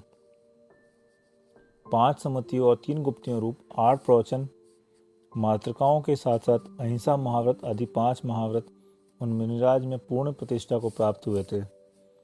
आयु का अंत होने पर वे सहस्त्रार स्वर्ग में जाकर सूर्यप्रभ नाम के देव हुए। वहां उनकी आयु 18 सागर प्रमाण थी। अनेक रिद्धियां बढ़ रही थी और वे सब प्रकार के भोगों का उपभोग कर चुके थे। जिस प्रकार मेघ से एक विशेष प्रकार की बिजली निकल पड़ती है, उसी प्रकार वह देव उस स्वर्ग से च्युत हुआ और इसी जम्बूद्वीप के छत्रपुर नगर के राजा नंदीवर्धन और उनकी वीरवती नाम की रानी से नंदनाल नाम का सज्जन पुत्र हुआ। इष्ट अनुष्ठान को पूरा कर अर्थात अभिलषित राज्य का उपभोग कर वह पौष्टिल नाम के श्रेष्ठ गुरु के पास पहुंचा। वहां उसने धर्म का स्वरूप सुनकर आप्त आगम और पदार्थ का निर्णय किया, संयम धारण कर लिया और शीघ्र ही 11 अंगों का ज्ञान प्राप्त कर लिया। उसने तीर्थंकर प्रकृति का बंध होने में कारणभूत संसार को नष्ट करने वाली दर्शन विशुद्धि आदि 16 कारण भावनाओं का चिंतन उच्च गोत्र के साथ साथ तीर्थंकर नामकर्म का आयु के अंत में सब प्रकार की आराधनाओं को प्राप्त कर वह अच्युत स्वर्ग के पुष्पोत्तर विमान में श्रेष्ठ इंद्र हुआ। वहां उसकी 22 सागर प्रमाण आयु थी, 3 हाथ ऊंचा शरीर था, द्रव्य और भाव दोनों ही शुक्ल लेशाएं थी, 22 पक्ष में एक बार श्वास लेता था, 22,000 वर्ष में एक बार मानसिक अमृत का आहार लेता था, सदा मानसिक पर विचार करता था और श्रेष्ठ भोगों से सदा तप्त रहता था। उसका अवधि ज्ञान रूपी दिव्य नेत्र 6वीं पृथ्वी तक की बात जान लेता था और उसके बल, कांति तथा विक्रिया की अवधि भी अवधि ज्ञान के क्षेत्र के बराबर ही थी। सामानिक देव और देवियों से घिरा हुआ वह इंद्र अपने पुण्य कर्म के विशेष उदय से सुख रूपी सागर में सदा निमग्न रहता था। जब उसकी आयु 6 माह की बाकी रह गई थी और स्वर्ग से आने को उद्यत हुआ, तभी इसी भरत क्षेत्र के विदेह नामक देश संबंधी कुंडपुर नगर के राजा सिद्धार्थ के भवन आंगन में प्रतिदिन 7.5 करोड़ रत्नों की बड़ी मोटी धारा बरसने लगी। आषाढ़ शुक्ल षष्ठी के दिन जब चंद्रमा उत्तराषाढ़ नक्षत्र में था, तब राजा सिद्धार्थ की प्रसन्न बुद्धि वाली रानी प्रियकारिणी 7 खंड वाले राजमहल के भीतर रत्नमय दीपकों से प्रकाशित नंदावर्थ नामक राजभवन में हंस तुलिका आदि से सुशोभित रत्नों के पलंग पर सो रही थी। जब उस रात्रि के रौद्र, राक्षस और गंधर्व नाम के 3 पहर निकल चुके थे और मनोहर नामक चौथे पहर का अंत होने को आया, तब उसने कुछ खुली सी नदी नींद में 16 स्वप्न देखे। 16 स्वप्नों के बाद ही उसने मुख में प्रवेश करता हुआ एक अन्य हाथी देखा। तदंतर सवेरे के समय बजने वाले नगाड़ों की आवाज़ से तथा चारण और मगध जनों के द्वारा पड़े हुए मंगल पाठों से वह जाग उठी और शीघ्र ही स्नान कर पवित्र वस्त्राभूषण पहन महाराज सिद्धार्थ के समीप आई। वहां नमस्कार कर वहां महाराज के द्वारा दिए हुए अर्धासन पर विराजमान हुई और यथाक्रम से स्वप्न सुनाने लगी। महाराज ने भी उन्हें यथाक्रम से स्वप्नों का होनहार फल बतलाया। स्वप्नों का फल सुनकर वह इतनी संतुष्ट हुई मानो उसने उनका फल उसी समय प्राप्त कर लिया हो। तदंतर सब देवों ने आकर बड़े वैभव के साथ राजा सिद्धार्थ और रानी प्रियकारिणी का गर्भ कल्याण संबंधी अभिषेक किया। देव और देवियों को यथायोग्य कार्यों में नियुक्त किया और यह सब करने के बाद वे अलग अलग अपने अपने स्थानों पर चले गए। तदंतर 9वां माह पूर्ण होने पर चैत्र शुक्ल त्रयोदशी के दिन आर्यमान नाम के शुभ योग में जिस प्रकार पूर्व दिशा में बाल सूर्य उत्पन्न होता है, रात्रि में चंद्रमा उत्पन्न होता है, पद्म नामक हृदय में गंगा का प्रवाह उत्पन्न होता है, पृथ्वी में धन का समूह प्रकट होता है, सरस्वती में शब्दों का समूह उत्पन्न होता है और लक्ष्मी में सुख का उदय उत्पन्न होता है, उसी प्रकार उस रानी में वह अच्युतेय नाम का पुत्र उत्पन्न हुआ था। वह पुत्र अपने कुल का आभूषण था, शील का बड़ा भारी घर था, गुण रूपी रत्नों की खान था, प्रसिद्ध लक्ष्मी का आधार था, भाई रूपी कमलों को विकसित करने के लिए सूर्य था, 3 लोकों का नायक था, मोक्ष का सुख देने वाला था, समस्त प्राणियों की रक्षा करने वाला था, सूर्य के समान कांति वाला था, संसार को नष्ट करने वाला था, कर्म रूपी शत्रु के मर्म को भेदन करने वाला था, धर्म रूपी तीर्थ का भार धारण करने वाला था, निर्मल था, सुख का सागर था और लोक तथा आलोक को प्रकाशित करने के लिए एक सूर्य के समान था। रानी प्रियकारिणी ने उस बालक को जन्म देकर मनुष्यों, देवों और तिरंचों को बहुत भारी प्रेम उत्पन्न किया था, इसलिए उसका प्रियकारिणी नाम सार्थक हुआ था। उस समय सबके मुख कमलों ने अकस्मात ही शोभा धारण की थी और आकाश से आनंद के आंसुओं के समान फूलों की वर्षा हुई थी। उस समय नगाड़ों का समूह शब्द कर रहा था, स्त्रियों का समूह नृत्य कर रहा था, गाने वालों का समूह गा रहा था और बंदीजनों का समूह मंगल पाठ पढ़ रहा था। उस समय नगाड़ों का समूह शब्द कर रहा था, स्त्रियों के समूह नृत्य कर रहा था, गाने वालों का समूह गा रहा था और बंदीजनों का समूह मंगल पाठ पढ़ रहा था। सब देव लोग अपने अपने निवास स्थान को उजड़ बनाकर नीचे उतर आए थे। तदंतर सौधर्मेन ने मायामय बालक को माता के सामने रखकर सूर्य के समान दैदीप्यमान उस बालक को ऐरावत हाथी के कंधे पर विराजमान किया। बालक के तेज से दशों दिशाओं को प्रकाशित करता और देवों से घिरा हुआ वह इंद्र सुमेरु पर्वत पर पहुंचा। वहां उसने जिन बालक को पांडुक शिला पर विद्यमान सिंहासन पर विराजमान किया और क्षीर सागर के जल से भरे हुए दैदीप्यमान कलशों से उनका अभिषेक कर निम्न प्रकार स्तुति की। वह कहने लगा, हे भगवान, आपकी आत्मा अत्यंत निर्मल है तथा आपका यह शरीर विशुद्ध पुद्गल परमाणुओं से बना हुआ है, इसलिए स्वयं अपवित्र निंदनीय जल के द्वारा इसकी शुद्धि कैसे हो सकती है। हम लोगों ने जो अभिषेक किया है वह आपके तीर्थंकर नामकरण के द्वारा प्रेरित होकर ही किया है, अथवा यह एक अमान्य है। तीर्थंकर के जन्म के समय होने वाली एक विशिष्ट क्रिया ही है, इसलिए हम लोग आकर आपकी किंकरता को प्राप्त हुए हैं। अधिक कहने से क्या, इंद्र ने उन्हें भक्तिपूर्वक उत्तमोत्तम आभूषणों से विभूषित कर उनके वीर और श्रीवर्धमान इस प्रकार 2 नाम रखे। तदंतर सब देवों से घिरे हुए इंद्र ने जिन बालक को वापस लाकर माता की गोद में विराजमान किया, बड़े उत्सव से आनंद नाम का नाटक किया, माता पिता को आभूषण पहनाए, उत्सव मनाया और यह सब कर चुकने के बाद श्री वर्धमान स्वामी को नमस्कार कर देवों के साथ अपने अपने स्थानों पर चला गया। श्री पार्श्वनाथ तीर्थंकर के बाद 250 वर्ष बीत जाने पर श्री महावीर स्वामी उत्पन्न हुए थे। उनकी आयु भी इसी में शामिल है। कुछ कम 72 वर्ष की उनकी आयु थी। वे 7 हाथ ऊंचे थे, सब लक्षणों से विभूषित थे, पसीना नहीं आना आदि 10 गुण उनके जन्म से ही थे। वे 7 भयों से रहित थे और सब तरह की चेष्टाओं से सुशोभित थे।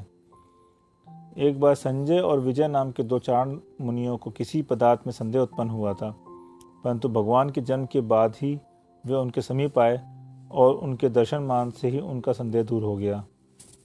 इसलिए उन्होंने भक्ति से कहा कि यह बालक सन्मति तीर्थंकर होने वाला है, अर्थात उन्होंने उनका नाम सन्मति नाम रखा। गुणों को कहने वाले सार्थक शब्दों की तो बात ही क्या है थी। श्री वीरनाथ को छोड़कर अन्यत्र जिनका गुणवाचक अर्थ नहीं होता, ऐसे शब्द भी श्री वीरनाथ में प्रयुक्त होकर सार्थक हो जाते थे। उन भगवान के त्याग में यही दोष था कि दोषों को कहने वाले शब्द जहाँ अन्य लोगों के पास जाकर खूब सार्थक हो जाते थे, वहाँ वे ही शब्द उन भगवान के पास आकर दूर से ही अनर्थक हो जाते थे। उन भगवान की जैसी प्रीति गुणों में थी, वैसी न लक्ष्मी में थी न कीर्ति में थी। सो ठीक ही, क्योंकि शुभ लेखा के धारक पुरुषों को गुण ही प्यारे होते हैं। इंद्र की आज्ञा से कुबेर प्रतिदिन उन भगवान के समय आयु और इच्छा के अनुसार स्वर्ग की सारभूत भोगोपभोग की सब वस्तुएं स्वयं लाया करता था और सदा खर्च करवाया करता था। किसी एक दिन इंद्र की सभा में देवों में यह चर्चा चल रही थी कि इस समय सबसे अधिक शूरवीर श्री वर्धमान स्वामी ही हैं। यह सुनकर एक संगम नाम का देव उनकी परीक्षा करने के लिए आया। आते ही उस देव ने देखा कि दैदीप्यमान आकार के धारक बालक वर्धमान बाल्यावस्था से प्रेरित हो बालकों जैसे केश धारण करने वाले तथा समान अवस्था के धारक अनेक राजकुमारों के साथ बगीचे में एक वृक्ष पर चढ़े हुए क्रीड़ा में तत्पर हैं। यह देखकर संगम नामक देव उन्हें डरवाने की इच्छा से किसी बड़े सांप का रूप धारण कर उस वृक्ष की जड़ से लेकर स्कंद तक लिपट गया। सब बालक उसे देखकर भय से कांप उठे और शीघ्र ही डालियों पर से नीचे जमीन पर आग कूद कर किसी तरह भाग गए। सो ठीक ही है, क्योंकि महाभय उपस्थित होने पर महापुरुष के अलावा सिवाय अन्य कोई नहीं ठहर सकता। जो लहलाती हुई 100 जीवाओं से अत्यंत भयंकर दिख रहा था, ऐसे उस सर पर चढ़कर कुमार महावीर ने निर्भय होकर उस समय इस प्रकार क्रीड़ा की जिस प्रकार की माता के पलंग पर क्रिया करते थे। कुमार की इस क्रीड़ा से जिसका हर्ष रूपी सागर उमड़ रहा था, ऐसे उस संगम देव ने भगवान की स्तुति की और महावीर यह नाम रखा। इस प्रकार 30 वर्षों में भगवान का कुमार काल व्यतीत हुआ। तदनंतर दूसरे ही दिन मति ज्ञानावरण कर्म के क्षयोपशम विशेष से उन्हें आत्मज्ञान प्रकट हो गया और पूर्व भव का स्मरण हो गया। उसी समय स्तुति पढ़ते हुए लोकांतिक देवों ने आकर उनकी स्तुति की। समस्त देवों के समूह ने आकर उनके निष्क्रमण कल्याण की क्रिया की। उन्होंने अपने मधुर वचनों से बंधुजनों को प्रसन्न कर उनसे विदा ली। तदंतर व्रतों को दृढ़ता से पालन करने वाले वे भगवान चंद्रप्रभा नाम की पालकी पर सवार हुए। उस पालकी को सबसे पहले भूमि गोचरी राजाओं ने, फिर विद्याधर राजाओं ने और फिर इंद्रों ने उठाया था। उनके दोनों ओर चमरों के समूह ढुल रहे थे। इस प्रकार वे षंड नाम के उस वन में जा पहुँचे, जो कि भ्रमण करते हुए भ्रमरों के शब्दों और कोकिलाओं की कमनीय कूक से ऐसा जान पड़ता था मानो बुला ही रहा हो। फूलों के समूह से ऐसा जान पड़ता था मानो हर्ष से ही हंस रहा हो, और लाल लाल पल्लवों से ऐसा जान पड़ता था मानो अपना अनुराग ही प्रकट कर रहा हो। अतिशय श्रेष्ठ भगवान महावीर षणवन में पहुंचकर अपनी पालकी से उतर गए और अपनी ही कांति के समूह से गिरी हुई रत्नमयी बड़ी शिला पर उत्तर की ओर मुख कर तेला का नियम ले विराजमान हो गए। इस तरह मंगशिर वदी दशमी के दिन, जबकि निर्मल चंद्रमा हस्त और उत्तरा फाल्गुनी नक्षत्र के मध्य में था, तब संध्या के समय अतिशय धीरवीर भगवान महावीर ने संयम धारण किया। भगवान ने जो वस्त्र आभरण तथा माला आदि उतार कर फेंक दिए थे, उन्हें इंद्र ने स्वयं उठा लिया। सो ठीक ही है, क्योंकि भगवान का महात्म्य ही ऐसा था। उस समय भगवान के शरीर में से जो सुगंधित अंगराग लगा हुआ था, वह सोच रहा था, मैं इन उत्तम भगवान को कैसे छोड़ दूं। ऐसा विचार कर ही वह मानो उनके शरीर में स्थिर रहकर शोभा को प्राप्त हो रहा था। मलिन और कुटिल पदार्थ अज्ञानी जनों के द्वारा पूज्य होते हैं, परंतु मुमुक्षु लोग उन्हें त्याज्य समझते हैं। ऐसा जानकर ही मानो उन तरुण भगवान ने मलिन और कुटिल, काले और घुंघराले केश जड़ से उखाड़कर दूर फेंक दिए थे। इंद्र ने वे सब केश अपने हाथ उठा लिए, मणियों के दैदीप्यमान पिटारे में रखकर उनकी पूजा की, आदर सत्कार किया, अनेक प्रकार की किरण रूपी वस्त्र से उन्हें लपेट कर रखा और फिर देवों के साथ स्वयं जाकर उन्हें क्षीर सागर में पधरा दिया। मोक्ष लक्ष्मी की ईष्ट और चतुर्दूती के समान तपोलक्ष्मी ने स्वयं आकर उनका आलिंगन किया था। अंतरंग परिग्रहों का त्याग कर देने से उनका निर्गंथपना अच्छी तरह सुशोभित हो रहा था। सो ठीक ही है, क्योंकि जिस प्रकार सांप का केवल कांचली छोड़ना शोभा नहीं देता, उसी प्रकार केवल बाह्य परिग्रह का छोड़ना शोभा नहीं देता। उसी समय संयम ने उन भगवान को केवल ज्ञान के बयाने के समान चौथा मना पर्याय भी समर्पित किया था। अप्रमत्त गुण स्थान में जाकर उन भगवान ने मोक्ष रूपी साम्राज्य की कंठी स्वरूप जो तपस्या प्राप्त किया था, वह प्रमादी जीव को कहाँ सुलभ है। मना पर्याय ज्ञान रूपी नेत्र को धारण करने वाले और स्वाभाविक बल से सुशोभित उन भगवान के पहला सामायिक चरित्र ही था, क्योंकि दूसरा छेदों पर स्थापना चरित्र प्रमादी जीवों के ही होता है।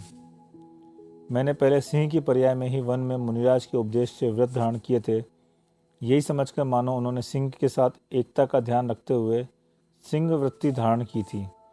यद्यपि उनके सिंह के समान तीक्ष्ण नख और तीक्ष्ण दांतें नहीं थे, वे सिंह के समान क्रूर नहीं थे और ना ही सिंह के समान उनकी गर्दन पर लाल बाली थे, फिर भी शूरवीरता, अकेला रहना तथा वन में ही निवास करना, इन तीन विशेषताओं से वे सिंह का अनुकरण करते थे।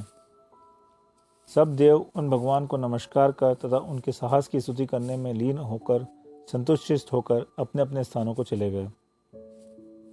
अथांतर पारणा के दिन वे भट्टारक महावीर स्वामी आहार के लिए वन से निकले और विद्याधरों के नगर के समान सुशोभित कूलग्राम नाम की नगरी में पहुंचे।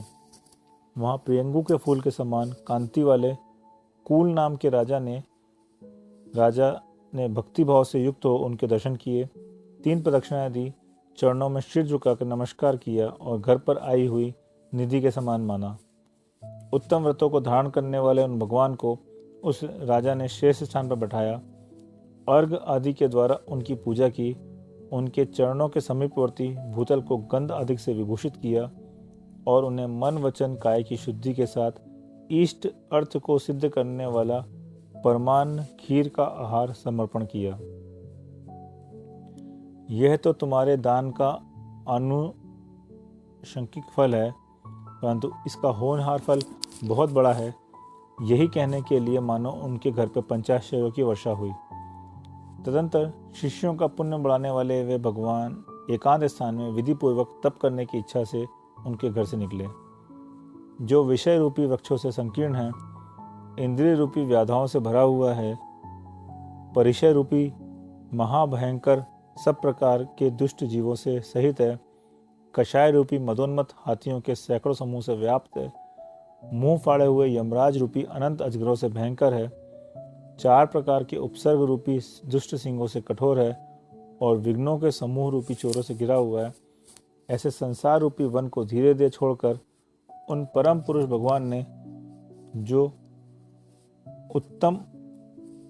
जो सज्जनों के द्वारा सेवन करने योग्य है, जिसमें अव्याभाद बाधा रहित सुख भरा हुआ है, जो उत्तम मनुष्यों से व्याप्त है, विस्तीर्ण है और सब तरह के उपद्रवों से रहित है, ऐसे तपोवन में महाव्रत रूपी महासामंतों सहित उत्तम नयों की अनुकूलता धारण कर सम्यक दर्शन, सम्यक ज्ञान तथा सम्यक चारित्र रूपी प्रकट हुई तीनों शक्तियों से अत्यंत बलवान शील रूपी आयुध लेकर, गुणों के समूह का कवच पहनकर, शुद्धता रूपी मार्ग से चलकर और उत्तम भावनाओं की सहायता लेकर प्रवेश किया। वहां पर निशंक रीति से रहकर उन्होंने अनेक योगों की प्रवृत्ति की और एकांत स्थान में स्थित होकर बार बार 10 प्रकार के धर्म ध्यान का चिंतन किया। अथांतर किसी एक दिन अतिशय धीर वीर वर्धमान भगवान उज्जैनी के अति मुक्तक नामक शमशान में प्रतिमा योग से विराजमान थे। उन्हें देखकर महादेव नामक रुद्र ने अपनी दुष्टता से उनके धैर्य की परीक्षा करनी चाहिए। उसने रात्रि के समय अनेक बड़े बड़े वेतालों का रूप बनाकर उपसर्ग किया, जो तीक्ष्ण चमड़ा छीलकर एक दूसरे के उदर में प्रवेश करना चाहते थे।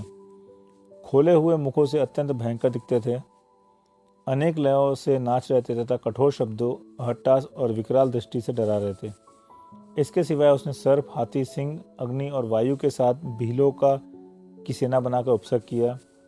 इस प्रकार एक पाप का ही अर्जन करने में निपुण उस रुद्र ने अपनी विद्या के प्रभाव से किए हुए अनेक भयंकर उपसर्गों से उन्हें समाधि से विचलित करने का प्रयत्न किया, परंतु वह उसमें समर्थ नहीं हो सका। अंत में उसने भगवान के महती और महावीर ऐसे दो नाम रखकर अनेक प्रकार की स्तुति की, पार्वती के साथ नृत्य किया और सब मात्सर्य भाव छोड़कर वहाँ से चला गया। सो ठीक ही है, क्योंकि साहस को स्पष्ट रूप से देखने वाले पापी जीव भी संतुष्ट हो जाते हैं। अतःतर किसी एक दिन राजा चेटक की चंदना नाम की पुत्री वन क्रीड़ा में आसक्त थी। उसे देख के कोई विद्याधर कामबाण से पीड़ित हुआ और उसे किसी उपाय से लेकर चलता बना। पीछे अपनी स्त्री के डर से उसने उस कन्या को महाअटवी में छोड़ दिया। वहां किसी भील ने देखकर उसको धन की इच्छा से वृषभदत्त सेठ को दी। उस सेठ की स्त्री का नाम सुभद्रा था। उसे शंका हो गई कि कहीं ये अपने सेठ का इसके साथ संबंध ना हो जाए। इस शंका से वह चंदना को खाने के लिए मिट्टी के शकोरे में कांजी से मिला हुआ कौंदों का भात दिया करती थी और क्रोधवश उसे सदा साकर से बांध रखती थी। किसी दूसरे दिन वत्स देश की उसी कौशंबी नगरी में आहार के लिए भगवान महावीर गए। उन्हें नगरी के भीतर प्रवेश करते देख चंदना उनके सामने जाने लगी। उसी समय उसके सांकल से के सब बंधन टूट गए। चंचल भ्रमर समूह के समान काले उसके बड़े बड़े केश चंचल हो उठे और उससे मालती की माला टूटकर नीचे गिरने लगी। उसके वस्त्र आभूषण सुंदर हो गए। वह 9 प्रकार के पुण्य की स्वामिनी बन गई और भक्ति भाव के भार से झुक गई। शील के महात्म्य से उसका मिट्टी का शकोरा सुवर्ण पात्र बन गया और कोदों की भात शाली चावलों का भात हो गई। उस बुद्धिमती ने विधि पूर्वक प्रगान कर भगवान को आहार दिया, इसलिए उसके यहाँ पंचाश्चर्यों की वर्षा हुई और भाई बंधुओं के साथ उसका समागम हो गया। इधर जगत बंधु भगवान वर्धमान ने भी छद्मस अवस्था के 12 वर्ष व्यतीत किए। किसी एक दिन वे जम्बिक ग्राम के समीप ऋजुकुला नदी के किनारे मनोहर नामक वन के मध्य में रत्नमयी एक बड़ी शिला पर शाल वृक्ष के नीचे वेला का नियम लेके प्रतिमा योग से विराजमान हुए। वैशाख शुक्ला दशमी के दिन अपराह्न काल में हस्त और उत्तरा फाल्गुनी नक्षत्र के बीच में चंद्रमा के आ जाने पर परिणामों की विशुद्धता को बढ़ाते हुए वे छपक श्रेणी पर आरूढ़ हुए। उसी समय उन्होंने शुक्लधान के द्वारा चारों घातियां कर्मों को नष्ट कर अनंत चतुष्टय प्रकट किया और 34 अतिशयों से युक्त सुशोभित होकर कि वे महिमा के घर हो गए। अब वे संयोग केवली गुण स्थान के धारक हो गए, निज और पर का प्रयोजन सिद्ध करने लगे और परम आधारिक शरीर को धारण करते हुए आकाश रूपी आंगन में सुशोभित होने लगे। उसी समय धर्म स्वर्ग का इंद्र चारों प्रकार के देवों के साथ आया और उसने ज्ञान कल्याण संबंधी पूजा की समस्त विधि पूर्ण की। पुण्य रूप परमावधिक औदारिक शरीर की पूजा तथा समोषण की रचना होना आदि अतिशयों से संपन्न श्री वर्धमान स्वामी परमेष्टि कहलाने लगे और परमात्मा पद को प्राप्त हो गए। तदनंतर इंद्र ने भगवान की दिव्य ध्वनि का कारण क्या होना चाहिए, इस बात का विचार किया और अवधि ज्ञान से मुझे उसका कारण जानकर वह बहुत ही संतुष्ट हुआ। वह उसी समय मेरे गांव में आया। मैं वहां पर गौतम गोत्रीय इंद्रभूति नाम का उत्तम ब्राह्मण था, महाअभिमानी था। मैं वहां पर गौतम गोत्रीय इंद्रभूति नाम का एक उत्तम ब्राह्मण था, महाअभिमानी था। आदित्य नामक विमान से आकर शेष बचे हुए पुण्य के द्वारा वहां उत्पन्न हुआ था। मेरा शरीर अतिशय दैदीप्यमान था और मैं वेद वेदांग को जानने वाला था। मुझे देखकर वह इंद्र मुझे किसी उपाय से भगवान के समीप ले आया और प्रेरणा करने लगा कि तुम जीव तत्व के विषय में जो कुछ पूछना चाहते थे सो पूछ लो। इंद्र की बात सुनकर मैंने भगवान से पूछा कि हे भगवान, जीव नाम का कोई पदार्थ है या नहीं, उसका स्वरूप कहिए। इसके उत्तर में भव्य वत्सल भगवान कहने लगे कि जीव नाम का पदार्थ है और वह ग्रहण किए हुए शरीर के प्रमाण है। सत्संख्या आदि सदाधिक और निर्देश आदि किमादिक से उसका स्वरूप कहा जाता है। वह द्रव्य रूप से न कभी उत्पन्न हुआ है और न कभी नष्ट होगा, किंतु पर्याय रूप से प्रतिक्षण परिणमन करता है। चेतना उसका लक्षण है। वह करता है, भोगता है और पदार्थों के एक देश तथा सर्व देश का जानकार है। संसारी और मुक्त के भेद से वह 2 प्रकार का निरूपण किया जाता है। इसका संसार अनादिकाल से चला आ रहा है और मोक्ष साधी माना जाता है। जो जीव मोक्ष चला जाता है उसका फिर संसार नहीं होता, अर्थात वह लौट कर संसार में नहीं आता, किसी किसी जीव का संसार नित्य होता है, अर्थात वह अभव्य या दूरादूर भव्य होने के कारण सदा संसार में रहता है। इस संसार में अनंत जीव मोक्ष प्राप्त कर चुके हैं और अनंत जीव ही अभी बाकी हैं। कर्म बंधन से बंधे हुए जीवों में से मुक्त हो जाने पर हानि अवश्य होती है, परंतु क्षय नहीं होता और उसका कारण जीवों का अनंतपना ही है। जिस प्रकार पदार्थ में अनंत शक्तियाँ रहती हैं, अतः उसका कभी अंत नहीं होता, इसी प्रकार संसार में अनंत जीव रहते हैं, अतः उनका कभी अंत नहीं होता। इस प्रकार भगवान ने युक्तिपूर्वक जीव तत्व का स्पष्ट स्वरूप कहा। भगवान के वचनों को द्रव्य हेतु मानकर तथा काल लब्धि आदि के कारण सामग्री मिलने पर मुझे जीव तत्व का निश्चय हो गया और मैं उसकी श्रद्धा कर भगवान का शिष्य बन गया। तदनंतर सौधर्मेन ने मेरी पूजा की और मैंने 500 ब्राह्मणों के साथ श्री वर्धमान स्वामी को नमस्कार कर संयम धारण कर लिया।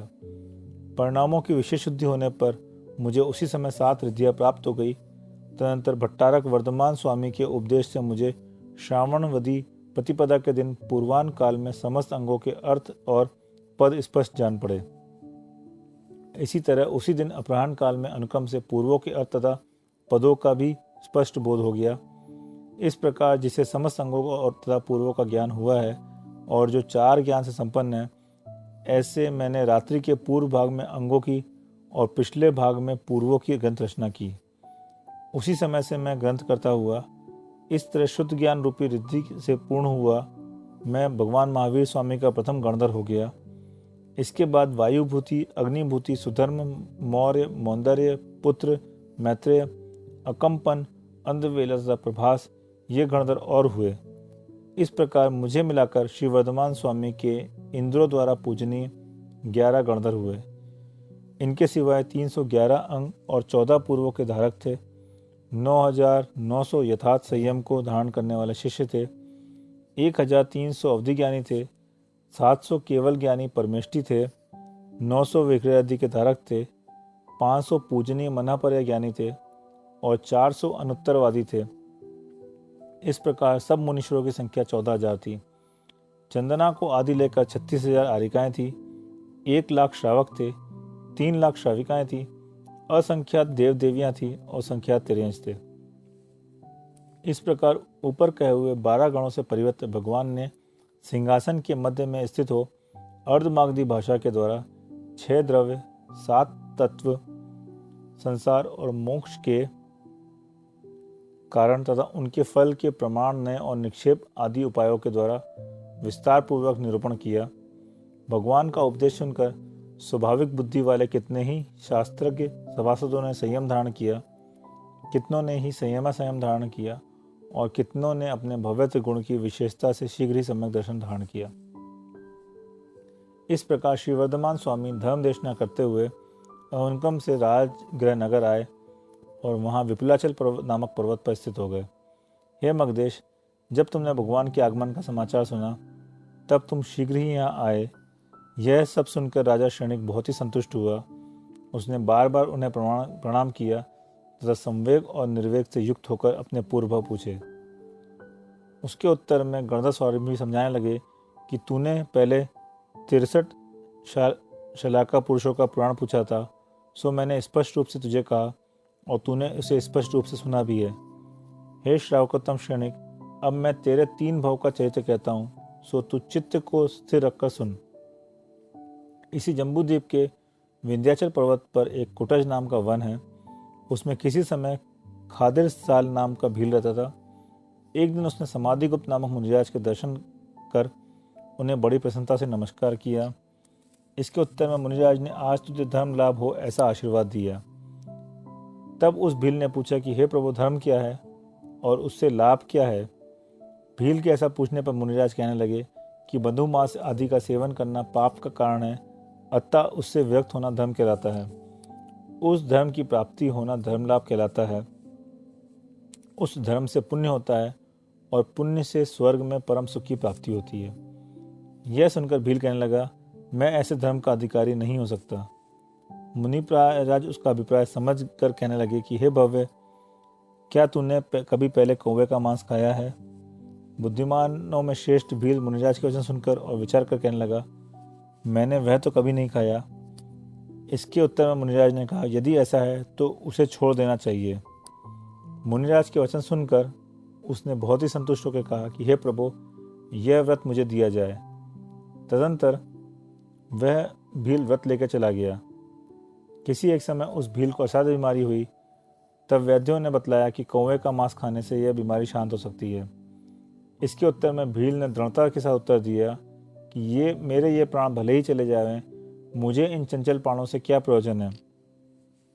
मैंने धर्म की इच्छा से तपस्वी मुनिराज के समीप व्रत ग्रहण किया था। जो ग्रहित व्रत का भंग कर देता है, उससे पुरुष व्रत कैसे हो सकता है। मैं इस पाप रूप मांस के द्वारा आज जीवित नहीं रहना चाहता। इस प्रकार कहकर उसने कौवे का मांस खाना स्वीकृत नहीं किया। यह सुनकर उसका साला शूरवीर, जो कि 400 के नाम के नगर से आया था, और कहने लगा, जब मैं यहाँ आ रहा था तब मैंने सघन वन के मध्य में स्थित वट वृक्ष के नीचे किसी स्त्री को रोती हुई देखा। उसी रोती देख मैंने पूछा, तू क्यों रो रही है। इसके उत्तर में वह कहने लगी कि तू चित्त लगा कर सुन, मैं वन की यक्षी हूँ और इस वन में रहती हूँ। तेरा बहनोई खादिरसार रोग से पीड़ित है और कौवे का मांस त्याग करने से वह मेरा पति होगा। पर अब तू उसे त्याग किया हुआ मांस खिलाने के लिए जा रहा है और उसे नरक गति के भयंकर दुखों का पात्र बनाना चाहता है। मैं इसलिए रो रही हूँ। हे भद्र, अब तू अपना आग्रह छोड़ दे। इस प्रकार देवी के वचन सुनकर शूरवीर बीमार खादिरसार के पास पहुंचा और उसे देख के कहने लगा कि वैद्य ने जो औषधि बताई है वह और नहीं तो मेरी प्रसन्नता के लिए ही तुझे खाना चाहिए। खादिरसार उसकी बात अस्वीकृत करता हुआ कहने लगा कि तू प्राणों के समान मेरा भाई है। स्नेहवश मुझे जीवित रखने के लिए ऐसा कह रहा है, परंतु व्रत भंग कर जीवित रहना हितकारी नहीं है, क्योंकि व्रत भंग करना दुर्गति की प्राप्ति का कारण है। जब शूरवीर को निश्चय हो गया कि यह अपने व्रत में दृढ़ है, तब उसने उसे यक्षी का वृत्तांत बतलाया। यक्षी के वृत्तांत का विचार कर खादिरसार ने श्रावक के 5 व्रत धारण कर लिए, जिससे आयु समाप्त होने पर वह स्वधर्म स्वर्ग में अनुत्तम देव हुआ। शूरवीर बहुत दुखी हुआ और पारलौकिक क्रिया करके अपने घर की ओर चला गया। मार्ग में वह उसी वट वृक्ष के समीप खड़ा होकर उस यक्षी से कहने लगा कि हे यक्षी, क्या हमारा वह बहनोई तेरा पति हुआ है। इसके उत्तर में यक्षी ने कहा, नहीं, वह समस्त व्रतों से संपन्न हो गया था, अतः व्यंतर योनि से परांगमुख होकर स्वधर्म स्वर्ग में देव हुआ है। वह मेरा पति कैसे हो सकता है। वह तो स्वर्ग के श्रेष्ठ भोगों का भोगता हुआ है। इस प्रकार वन का स्वामी शूरवीर यक्षी के यथार्थ वचनों पर विचार करता हुआ कहने लगा, अहो, व्रत का ऐसा महात्म्य है, अवश्य वह इच्छित सुख को प्राप्त कराता है। ऐसा विचार कर उसने समाधिगुप्त मुनिराज के समीप जाकर श्रावक के व्रत धारण कर लिए। इस प्रकार उस यक्षी ने उसे भव्य समझकर पक्षपात से इस उपाय के द्वारा उसे जैन धर्म धारण कराया। सो ठीक ही है, क्योंकि हितैषिता पर हित की चाह रखना यही है। उधर खादिरसार का जीव भी 2 सागर तक दिव्य भोगों का उपभोग कर स्वर्ग से च्युत हुआ और यहाँ कुणिक की श्रीमती रानी से तुश्रेणिक नाम का पुत्र हुआ। अथांतर किसी दिन तेरे पिता ने यह जानना चाहा कि मेरे इन पुत्रों में से राज्य का स्वामी कौन होगा। उसने निमित्त ज्ञानियों के द्वारा बताए हुए समस्त निमित्तों से तेरी अच्छी तरह परीक्षा की और इस बात का निश्चय करके बहुत ही संतुष्ट हुआ कि राज्य का स्वामी तू ही है। तुझ पर वह स्वभाव से ही स्नेह करता था, अतः राज्य का अधिकारी घोषित होने के कारण तुझ पर कोई संकट न आए, इस भय से दायाचों से तेरी रक्षा के लिए उसने बुद्धिमान ने तुझे बनावटी क्रोध से उस नगर से निकाल दिया। तू दूसरे देश को जाने की इच्छा से नंदीग्राम में पहुंचा। राजा की प्रकट आज्ञा के भय से नंदीग्राम में रहने वाली समस्त प्रजा तुझे देखकर ना उठी और ना उसने स्नान, भोजन, शयन आदि कार्यों की व्यवस्था की। वह इन सब से विमुख रही। तदनंतर तू किसी ब्राह्मण के साथ आगे चला और देव मूर्ता, जाति मूर्ता तथा पाषंडी मूर्ता का खंडन करने वाली कथाओं को कहता हुआ बड़े प्रेम से उसके स्थान पर पहुंचा। तेरे वचन कौशल और यौवन आदि गुणों से अनुरंजित होकर उस ब्राह्मण ने तेरे लिए अपनी यौवनवती पुत्री दे दी और तू उसके साथ विवाह करके वहां चिरकाल तक सुख से रहने लगा। किसी एक समय किसी कारणवश राजा कुकर्ण ने अपने राज्य का परित्याग करना चाहा, तब उन्होंने उस ब्राह्मण के गांव से तुझे बुलाकर अपना सब राज्य तुझे दे दिया और तू भी राज्य का पालन करने लगा। यद्यपि तूने अपना क्रोध बाह्य में प्रकट नहीं होने दिया, तो भी पहले किए हुए अनादर की याद आने से तूने नंदीग्राम के निवासियों का अत्यंत कठोर निग्रह करना चाहा था। इसी इच्छा से तूने वहां रहने वाले लोगों पर इतना कठोर कर लेने का आदेश दिया जितना कि वे सहन नहीं कर सकते थे। तेरे उस ब्राह्मण की पुत्री से अभय कुमार नाम का पुत्र हुआ। वह किसी समय अपने घर से तेरे दर्शन करने के लिए माता के साथ आ रहा था। जब वह नंदीग्राम में आया तो वहाँ की प्रजा को तूने अत्यंत व्यग्र देखा, इसलिए उसने वहीं ठहरकर योग्य उपायों से तेरा क्रोध शांत कर दिया। तेरा वह अभय नाम का पुत्र नाना उपायों में निपुण है, इसलिए उस समय बुद्धिमानों ने उसे पंडित इस नाम से पुकारा था। हे राजन, आज तू यहाँ उसी बुद्धिमान पुत्र के साथ उपस्थित हुआ पुराण श्रवण कर रहा है।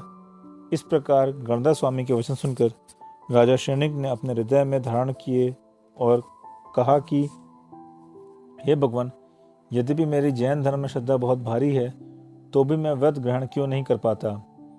राजा शनिक का प्रश्न समाप्त होने पर गणधर स्वामी ने कहा कि तूने इसी जन्म में पहले भोगों की आसक्ति, तीव्र मिथ्यात्व का उदय, दुष्चरित और महान आराम के कारण जो बिना फल दिए नहीं छूट सकती, ऐसी पाप रूप नरकायु का बंध कर लिया है। ऐसा नियम है कि जिसने देवायु को छोड़कर अन्य आयु का बंध कर लिया है, वह उस पर्याय में व्रत धारण नहीं कर सकता। हाँ, सम्यक दर्शन धारण कर सकता है। यही कारण है कि तू इच्छा रहते हुए भी व्रत धारण नहीं कर पा रहा है। इस कारण पुराणों के सुनने से उत्पन्न हुई विशुद्धि के द्वारा उसने अधःकरण, अपूर्वकरण और अनिवृत्तिकरण रूप 3 परिणाम प्राप्त किए और उनके प्रभाव से मोहिनी कर्म की 7 प्रकृतियों का उपशम कर प्रथम अर्थात उपशम सम्यक दर्शन प्राप्त किया। अंतर मुहूर्त के बाद उसने सम्यक प्रकृति का उदय हो गया, जिससे चलाचलात्मक छायोपशमिक सम्यक दर्शन में आ गया और उसके कुछ बाद ही 7 प्रकृतियों का निर्मूल नाश कर वह छायोमिक सम्यक दर्शन को प्राप्त हुआ। सम्यक दर्शन उत्पत्ति की अपेक्षा 10 प्रकार का कहा गया है। आज्ञा, मार्ग, उपदेशोत्स, सूत्र समुद्रव, बीज समुद्रव, संक्षेपज, विस्तारज, अर्थज, अवगाढ़ और परमावगाढ़। सर्वज्ञ देव की आज्ञा के निमित्त से जो 6 द्रव्य आदि में श्रद्धा होती है, उसे आज्ञा सम्यक कहते हैं। मोक्ष मार्ग परिग्रह रहित है, वस्त्र रहित है और पानी पात्रता रूप है। इस प्रकार मोक्ष मार्ग का स्वरूप सुनकर जो श्रद्धान होता है, वह मार्गज सम्यक है। 63 शलाका पुरुषों का पुराण सुनने से जो शीघ्र ही श्रद्धा उत्पन्न हो जाती है, वह उपदेशोत्तर सम्यक दर्शन है। आचारांग आदि शास्त्रों में कहे हुए तप के भेद सुनने से जो शीघ्र ही श्रद्धा उत्पन्न होती है, वह सूक्षज सम्यक दर्शन कहलाता है। बीज पदों के ग्रहण पूर्वक सूक्ष्म पदार्थों से जो श्रद्धा होती है, उसे बीजज सम्यक दर्शन कहते हैं। पदार्थों के संक्षेप कथन से जो श्रद्धा होती है, वह संक्षेपज सम्यक दर्शन है। और विस्तार से कहे हुए प्रमाण, नय, विक्षेप आदि उपायों के द्वारा अवगाहन कर अंग पूर्व आदि में कहे हुए तत्वों की श्रद्धा होती है, वह विस्तारज सम्यक दर्शन कहलाता है। वचनों का विस्तार छोड़कर महाबुद्धिमान उपदेशक से जो केवल अर्थमात्र का ग्रहण करने से श्रद्धा उत्पन्न होती है, वह अर्थज सम्यक दर्शन है। जिसका मोहिनी कर्म क्षीण हो गया है, ऐसे मनुष्यों को अंग तथा अंग बाह्य ग्रंथों की भावना से जो श्रद्धा उत्पन्न होती है, वह अवगाढ़ सम्यक दर्शन कहलाता है। केवल ज्ञान का द्वारा देखे हुए समस्त पदार्थों की श्रद्धा होती है, उसे परमावगाढ़ सम्यक दर्शन कहते हैं। ऐसा परमर्शियों ने कहा है। हे महाभाग, इन श्रद्धाओं में से आज तेरे कितनी ही श्रद्धाएं सम्यक दर्शन विद्यमान हैं। इसके सिवाय आगम में जिन दर्शन विशुद्धि आदि 16 कारण भावनाओं का वर्णन किया है, उन सभी से अथवा यथासंभव प्राप्त हुई पृथक पृथक कुछ भावनाओं से भव्य जीव तीर्थंकर नामकरण का बंद करता है। उसमें से दर्शन विशुद्धि आदि कितने ही कारणों से तू तीर्थंकर नामकरण का बंद कर रत्न प्रभा नामक पहली पृथ्वी में प्रवेश करेगा, मध्यम आयु से वहाँ का भोग कर निकलेगा और तदंतर हे भव्य तो इसी भरत क्षेत्र में आगामी उत्सर्पणी काल में सज्जनों का कल्याण करने वाला महापद्म नाम का पहला तीर्थंकर होगा। तू निकट भव्य है, अतः संसार से भय मत कर। तदंतर अपने आप को रत्न प्रभा पृथ्वी की प्राप्ति सुनकर जिसे खेद हो रहा है, ऐसे राजा सैनिक ने फिर पूछा, हे बुद्धि रूपी धन को धारण करने वाले गुरुदेव, पुण्य के घर स्वरूप इस नगर में मेरे सिवाय और भी क्या कोई नरक जाने वाला है? उत्तर में गणधर भगवान कहने लगे, हाँ, इस नगर में काल सौकरिक और ब्राह्मण की पुत्री शुभा का भी नरक में प्रवेश होगा। उनका नरक में प्रवेश क्यों होगा? यदि ये जानना है चाहता है तो सुन, मैं कहता हूँ। काल सौकरिक इसी नगरी में नीच कुल में उत्पन्न हुआ था। वह यद्यपि पहले बहुत पापी था, तो भी उसने भव स्थिति के वश से 7 बार मनुष्य आयु का बंध किया था। अब की बार उसे जाति स्मरण हुआ है, जिससे वह सदा ऐसा विचार करता रहता है कि यदि पुण्य पाप के फल से जीवों का संबंध रहता है तो फिर मुझ जैसे पापी को मनुष्य भव कैसे मिला। इसलिए जान पड़ता है कि न पुण्य है और न पाप है, इच्छानुसार प्रवृत्ति करना ही सुख है। ऐसा विचार कर वह पापी निशंक हो हिंसादि 5 पाप करने लगा है, मांस आदि खाने में आसक्त हो गया है और बहुत आराम तथा परिग्रहों के कारण नरक की उत्कृष्ट आयु का बंध कर चुका है। अब वह मरकर भयंकर दुख देने वाली 7वीं पृथ्वी में जाएगा। इस प्रकार शुभा भी तीव्र अनुभाग जन्य स्त्रीवेद के उत्पन्न से युक्त है। अतिशय बड़े हुए राग द्वेष पैशुन्य आदि दोषों से अत्यंत दूषित है। गुणशील तथा सदाचार की बात सुनकर और देखकर बहुत क्रोध करती है। निरंतर संक्लेश परिणाम रखने से वह नरक आयु का बंद कर चुकी है और शरीर छूटने पर तम प्रभा पृथ्वी संबंधी घोर दुख भोगेगी। इस प्रकार गणधर के वचन समाप्त होने पर अभय कुमार ने उठकर नमस्कार किया और अपने भवांतरों का समूह पूछा। भव्य जीवों पर स्नेह रखने वाले गणधर भगवान अभय कुमार पर उपकार करने की भावना से इस प्रकार कहने लगे, तू इस भव से तीसरे भव में कोई ब्राह्मण का पुत्र था और भव्य होने पर भी दुर्बुद्धि था। वह वेद पढ़ने के लिए अनेक देशों में घूमता फिरता था। पाषंडी मूर्ता, देव मूर्ता, तीर्थ मूर्ता, जाति मूर्ता और लोक मूर्ता से मोहित हो व्याकुल रहता था। उन्हीं के द्वारा किए हुए कार्यों की बहुत प्रशंसा करता था और पुण्य प्राप्ति की इच्छा से उन्हीं के द्वारा किए हुए कार्यों का स्वयं आचरण करता था। एक बार वह किसी जैनी पति के साथ मार्ग में कहीं जा रहा था। मार्ग में पत्थरों के ढेर के समूह दिखाई देने वाला भूतों का निवास स्थान स्वरूप एक वृक्ष था। उसके करीब जाकर उसने अपना देव समझकर ब्राह्मण पुत्र ने उस वृक्ष की प्रदक्षिणा दी तथा उसे नमस्कार किया। उसकी इस चेष्टा को देखकर श्रावक हंसने लगा तथा उसका अनादर करने के लिए उसने उस वृक्ष के कुछ पत्ते तोड़कर उनसे अपने पैरों की धूली झाड़ ली और ब्राह्मण से कहा कि देख, तेरा देवता जैनियों का कुछ भी विघात करने में समर्थ नहीं है। इसके उत्तर में ब्राह्मण ने कहा कि अच्छा, ऐसा ही सही, क्या दोष है? मैं भी तुम्हारे देवता का तिरस्कार कर लूँगा। इस विषय में तुम मेरे गुरु ही सही। इस प्रकार कहकर वे दोनों फिर साथ चलने लगे और किसी एक स्थान में जा पहुँचे। वहाँ करेज की लताओं का समूह देखकर श्रावक ने कहा कि यह हमारा देवता है। यह कहकर श्रावक ने उस लता समूह की भक्ति से प्रदक्षिणा की, नमस्कार किया और यह सब कर वहीं खड़ा हो गया। अज्ञानी ब्राह्मण ने कुपित होकर दोनों हाथों से उस लता समूह के पत्ते तोड़ लिए और उन्हें मसल कर उनका रंग सब शरीर में लगा लिया। लगाते देर नहीं हुई कि वह उस कनेज के द्वारा उत्पन्न हुई असंख्य खुजली की भारी पीड़ा से दुखी होने लगा। तो डर कर श्रावक से कहने लगा, इसमें अवश्य तुम्हारा देव रहता है।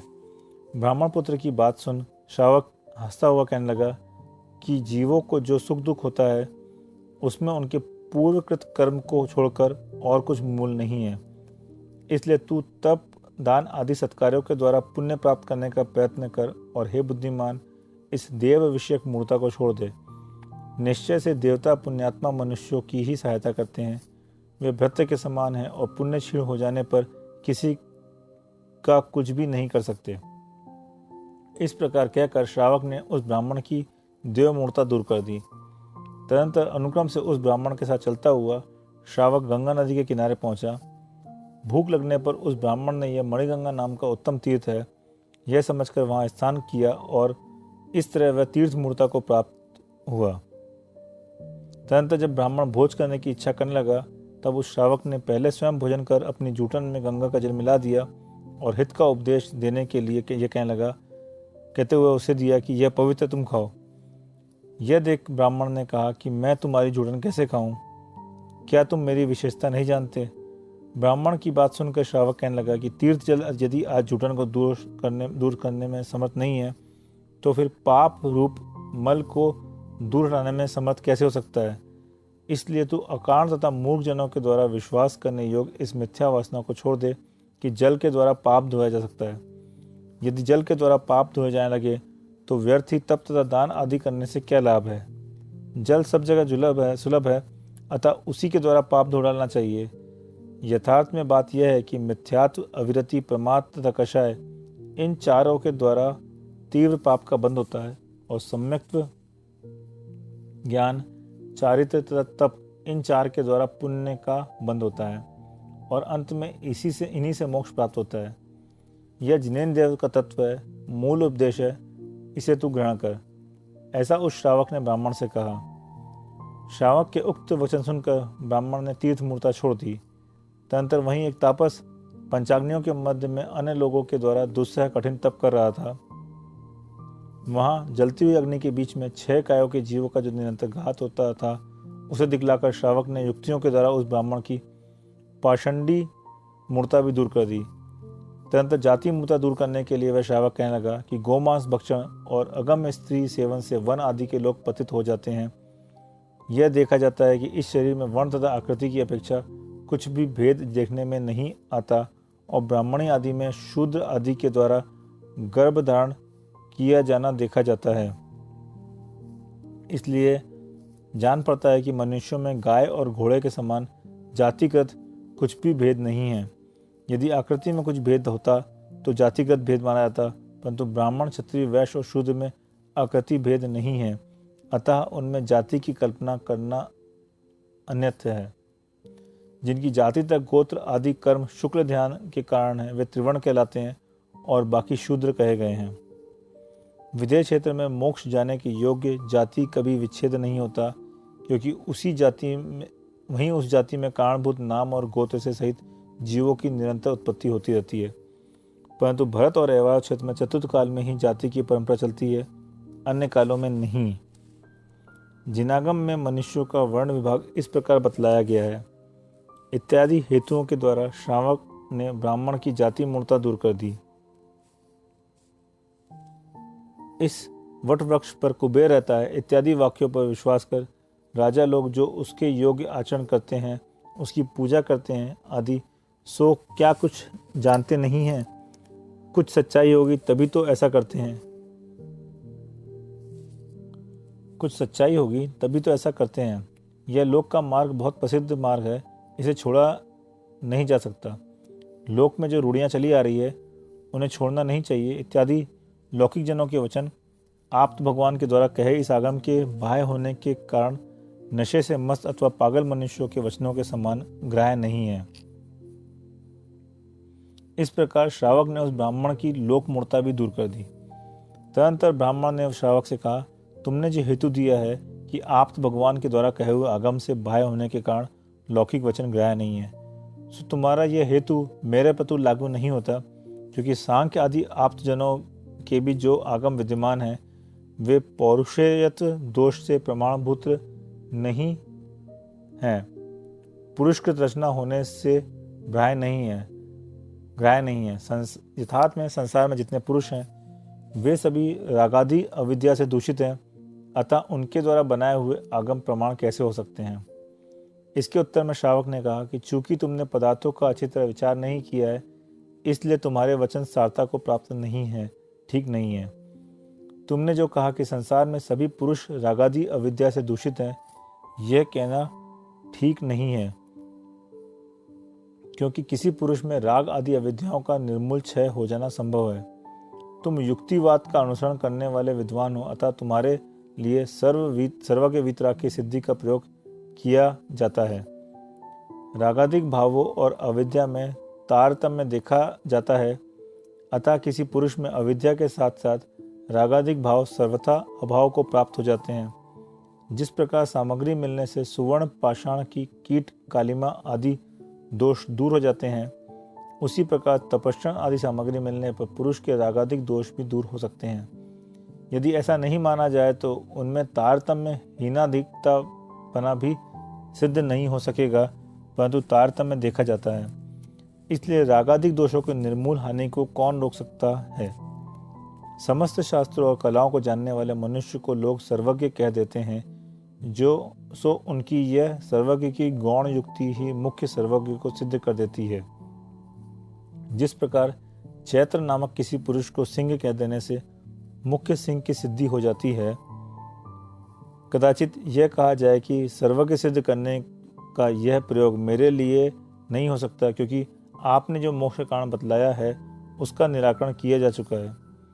अवस्था, देश, काल आदि के भेद से शक्तियां भिन्न भिन्न प्रकार की हैं, इसलिए रागादिक दोषों की हीनाधिकता तो संभव है, परंतु उनका सर्वज्ञ अभाव संभव नहीं है। अनुमान के द्वारा भावों की प्रतीति करना अत्यंत दुर्लभ है, क्योंकि बड़े कुशल अनुमाता यत्नपूर्वक जिस पदार्थ को सिद्ध करते हैं, अन्य प्रवादियों की ओर से वह पदार्थ अन्यथा सिद्ध कर दिया जाता है। जिस प्रकार केवल हाथ के स्पर्श से विषय मार्ग में दौड़ने वाले अंधे मनुष्य का मार्ग में पकड़ा जाना दुर्लभ नहीं है, उसी प्रकार अनुमान को प्रधान मानकर चलने वाले पुरुष का भी पड़ जाना दुर्लभ नहीं है। हे विप्र, यदि तुम ऐसा कहते हो कि इससे महापुरुषों का मन आकर्षित नहीं हो सकता, इसका भी कारण यह है कि यदि हेतुवाद को अप्रमाण मान लिया जाता है, तो जिस प्रकार वेद अकृत्रिम है, अपौरुषेय है, इस प्रकार यह कहना सत्य है, तो उसी प्रकार वेद कृत्रिम है, पौरुषेय है, हमारा यह कहना भी सत्य ही क्यों नहीं होना चाहिए। हेतु के अभाव की बात कहो तो वह दोनों ओर समान है। इस प्रकार मर सड़कर भी आपको हेतुवाद स्वीकृत करना ही पड़ेगा। जब आप इस तरह हेतुवाद स्वीकृत कर लेते हैं तो मेरे द्वारा अभीष्ट सर्वज्ञ क्या सिद्ध नहीं हो जाता, अवश्य सिद्ध हो जाता है। इसलिए विद्वान लोग सर्वज्ञ भगवान के द्वारा कहे हुए वचनों के विरुद्ध कोई बात स्वीकृत नहीं करते हैं। इसके सिवाय एक बात यह भी विचारनी है कि हे प्रिय, प्रत्यक्ष, अनुमान, शब्द, उपमान, अर्थापत्ति और अभाव, इन 6 प्रमाणों को मानने वाले मीमांसक हो, केवल प्रत्यक्ष को मानने वाले चार्वाक नहीं हो। अतः तुम्हारा मेरे लिए यह कह जाना कि अनुमान का प्रयोग मुझे स्वीकृत नहीं है, संगत नहीं बैठता। साध्य साधन के संबंध को हेतु कहते हैं और वह प्रत्यक्ष का विषय है, और अविनाभाव संबंध से उसकी व्याप्ति का ज्ञान होता है। संगत नहीं बैठता। साध्य साधन के संबंध को हेतु कहते हैं, वह प्रत्यक्ष का विषय है और अविनाभाव संबंध से उनकी व्याप्ति का ज्ञान होता है। फिर आप अनुमान को प्रमाण क्यों नहीं मानते? यदि यह कहा जाए कि अनुमान में कदाचित व्यभिचार दोष देखा जाता है, तो यह व्यभिचार क्या प्रत्यक्ष में नहीं होता? अवश्य होता है। इसलिए हे आर्य, अनुमान प्रमाण नहीं है, यह आग्रह छोड़िए। यदि यह कहा जाए कि प्रत्यक्ष विसंवाद रहित है, इसलिए प्रमाणभूत है, तो अनुमान में भी तो विसंवाद का अभाव रहता है, उसे भी प्रमाण क्यों नहीं मानते हो? युक्ति की समानता रहते हुए एक को प्रमाण माना जाए और दूसरे को अप्रमाण माना जाए, यदि यही आपका पक्ष है तो फिर राजाओं की क्या आवश्यकता है?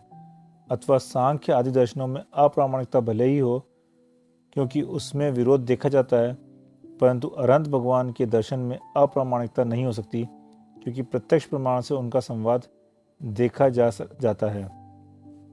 इस प्रकार सात के जैनी श्रावक के द्वारा कहे हुए समस्त वेदांत तत्व को सुनकर ब्राह्मण ने कहा कि जिस धर्म को आपने ग्रहण किया है वही धर्म आज से मेरा भी हो। श्रावक की आज्ञा से उस ब्राह्मण ने जिनेन्द्र भगवान के द्वारा कहा हुआ निर्मल धर्म ग्रहण कर लिया। सो ठीक ही है, क्योंकि जिस प्रकार औषधि बीमार मनुष्य का हित करती है, उसी प्रकार सज्जन पुरुष के वचन भी अंत में हित ही करते हैं। अथांतर वे दोनों साथ साथ जाते हुए किसी सघन अटवी के बीच में पाप के उदय से मार्ग भूलकर दिशा भ्रांत हो गए, उस समय श्रावक ने विचार किया, चूंकि यह वन मनुष्य रहित है, अतः वहाँ कोई मार्ग का बतलाने वाला नहीं है। इस समय जिनेंद्र भगवान के द्वारा कहे हुए उपाय को छोड़कर और कोई उपाय नहीं है। ऐसी दशा में आहार शरीर का त्याग कर देना ही शूरवीर की पंडिताई है। ऐसा विचार कर वह संन्यास की प्रतिज्ञा लेकर उत्तम ध्यान के लिए बैठ गया। श्रावक को बैठा देखकर जिसके उपदेश से जिसकी बुद्धि निर्मल हो गई है, ऐसा ब्राह्मण भी समाधि का नियम लेकर उसी प्रकार बैठ गया। आयु पूर्ण होने पर वह ब्राह्मण स्वधर्म स्वर्ग में देव हुआ और वहाँ के देवों के द्वारा सुख भोग कर आयु के अंत में अपने पुण्य के उदय से यहाँ राजा श्रेणी के तू अभय नाम का ऐसा बुद्धिमान पुत्र उत्पन्न हुआ है। आगे तू श्री जिनेन्द्र देव का कहा हुआ 12 प्रकार का तपस्या कर मुक्ति का पद प्राप्त करेगा। यह सब जानकर अभय कुमार बहुत ही संतुष्ट हुआ और श्री जिनेन्द्र भगवान को नमस्कार कर राजा श्रेणी के साथ नगर में चला गया। अचानक किसी एक दिन महाराज श्रेणी राजसभा में बैठे हुए थे। वहाँ उन्होंने समस्त शास्त्रों को जानने वाले श्रेष्ठ वक्ता अभय कुमार से उसका महात्म प्रकट करने की इच्छा से तत्व का यथार्थ स्वरूप पूछा।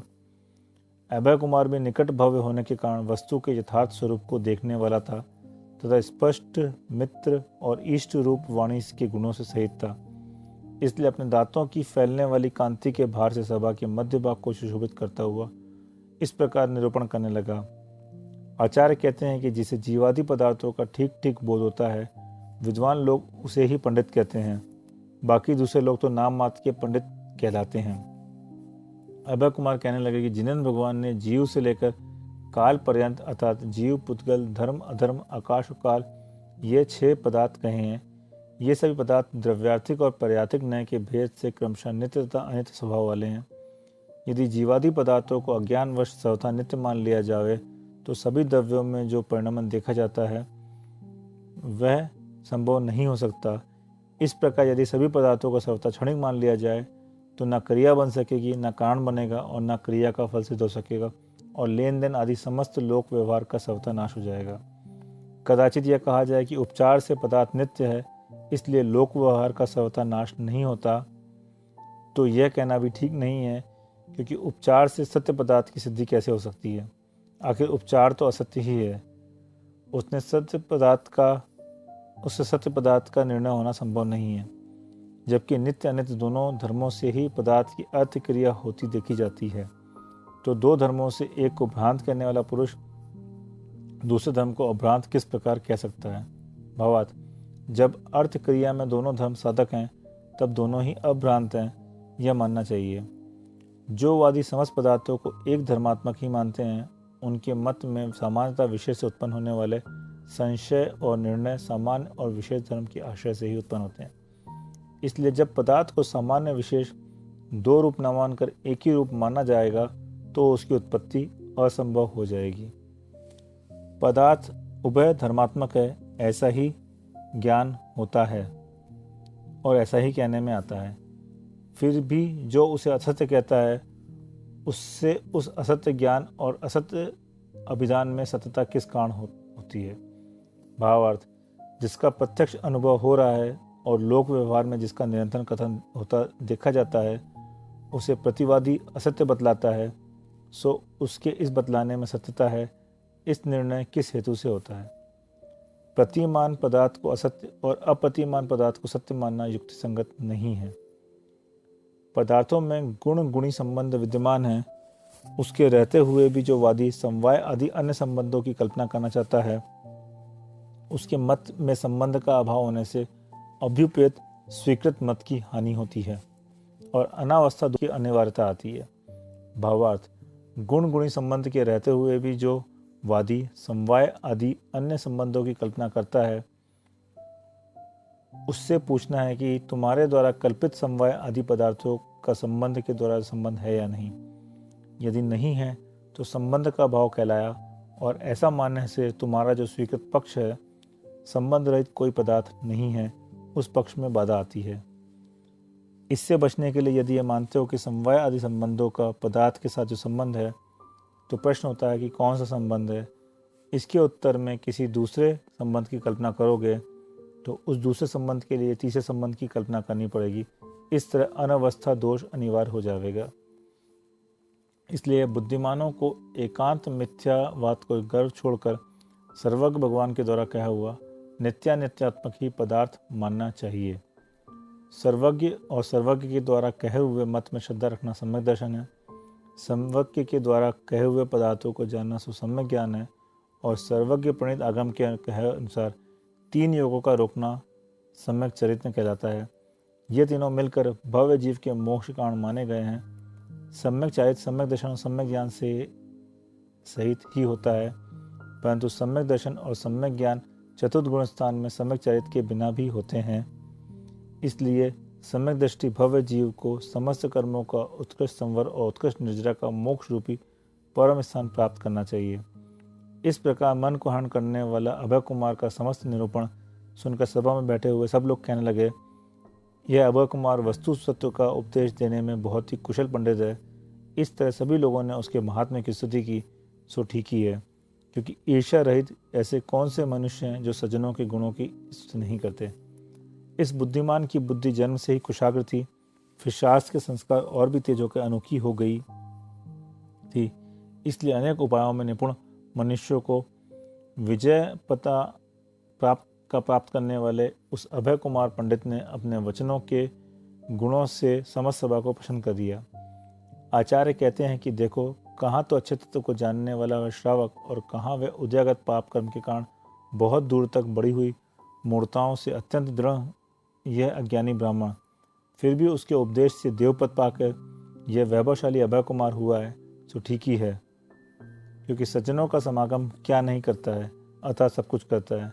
जिस कुशल पुरुष की बुद्धि तत्वों का विचार करने वाली है तथा उस बुद्धि के साथ अटल श्रद्धा अनुविद्ध है, वह उस बुद्धि के द्वारा छोड़ने योग्य तत्व का छोड़कर तथा ग्रहण करने योग्य तत्व का ग्रहण करता विचारता है, मिथ्यात्व आदि प्रकृतियों की बंध विक्षिप्ति करता है, सत्ता में स्थित कर्मों के निरंतर असंख्यात गुण निर्जरा करता है और इस तरह संसार का अंत पाकर अभय कुमार के समान मोक्ष सुख का स्थान बन जाता है। इस प्रकार आर्ष नाम से प्रसिद्ध भगवत गुरु मध्वाचार्य प्रणीत विचित त्रिपष्टि लक्षण महापुराण के संग्रह में अंतिम तीर्थंकर वर्धमान स्वामी, राजा श्रेणिक और अभय कुमार के चरित्र का वर्णन करने वाला 74वां पर्व समाप्त हुआ।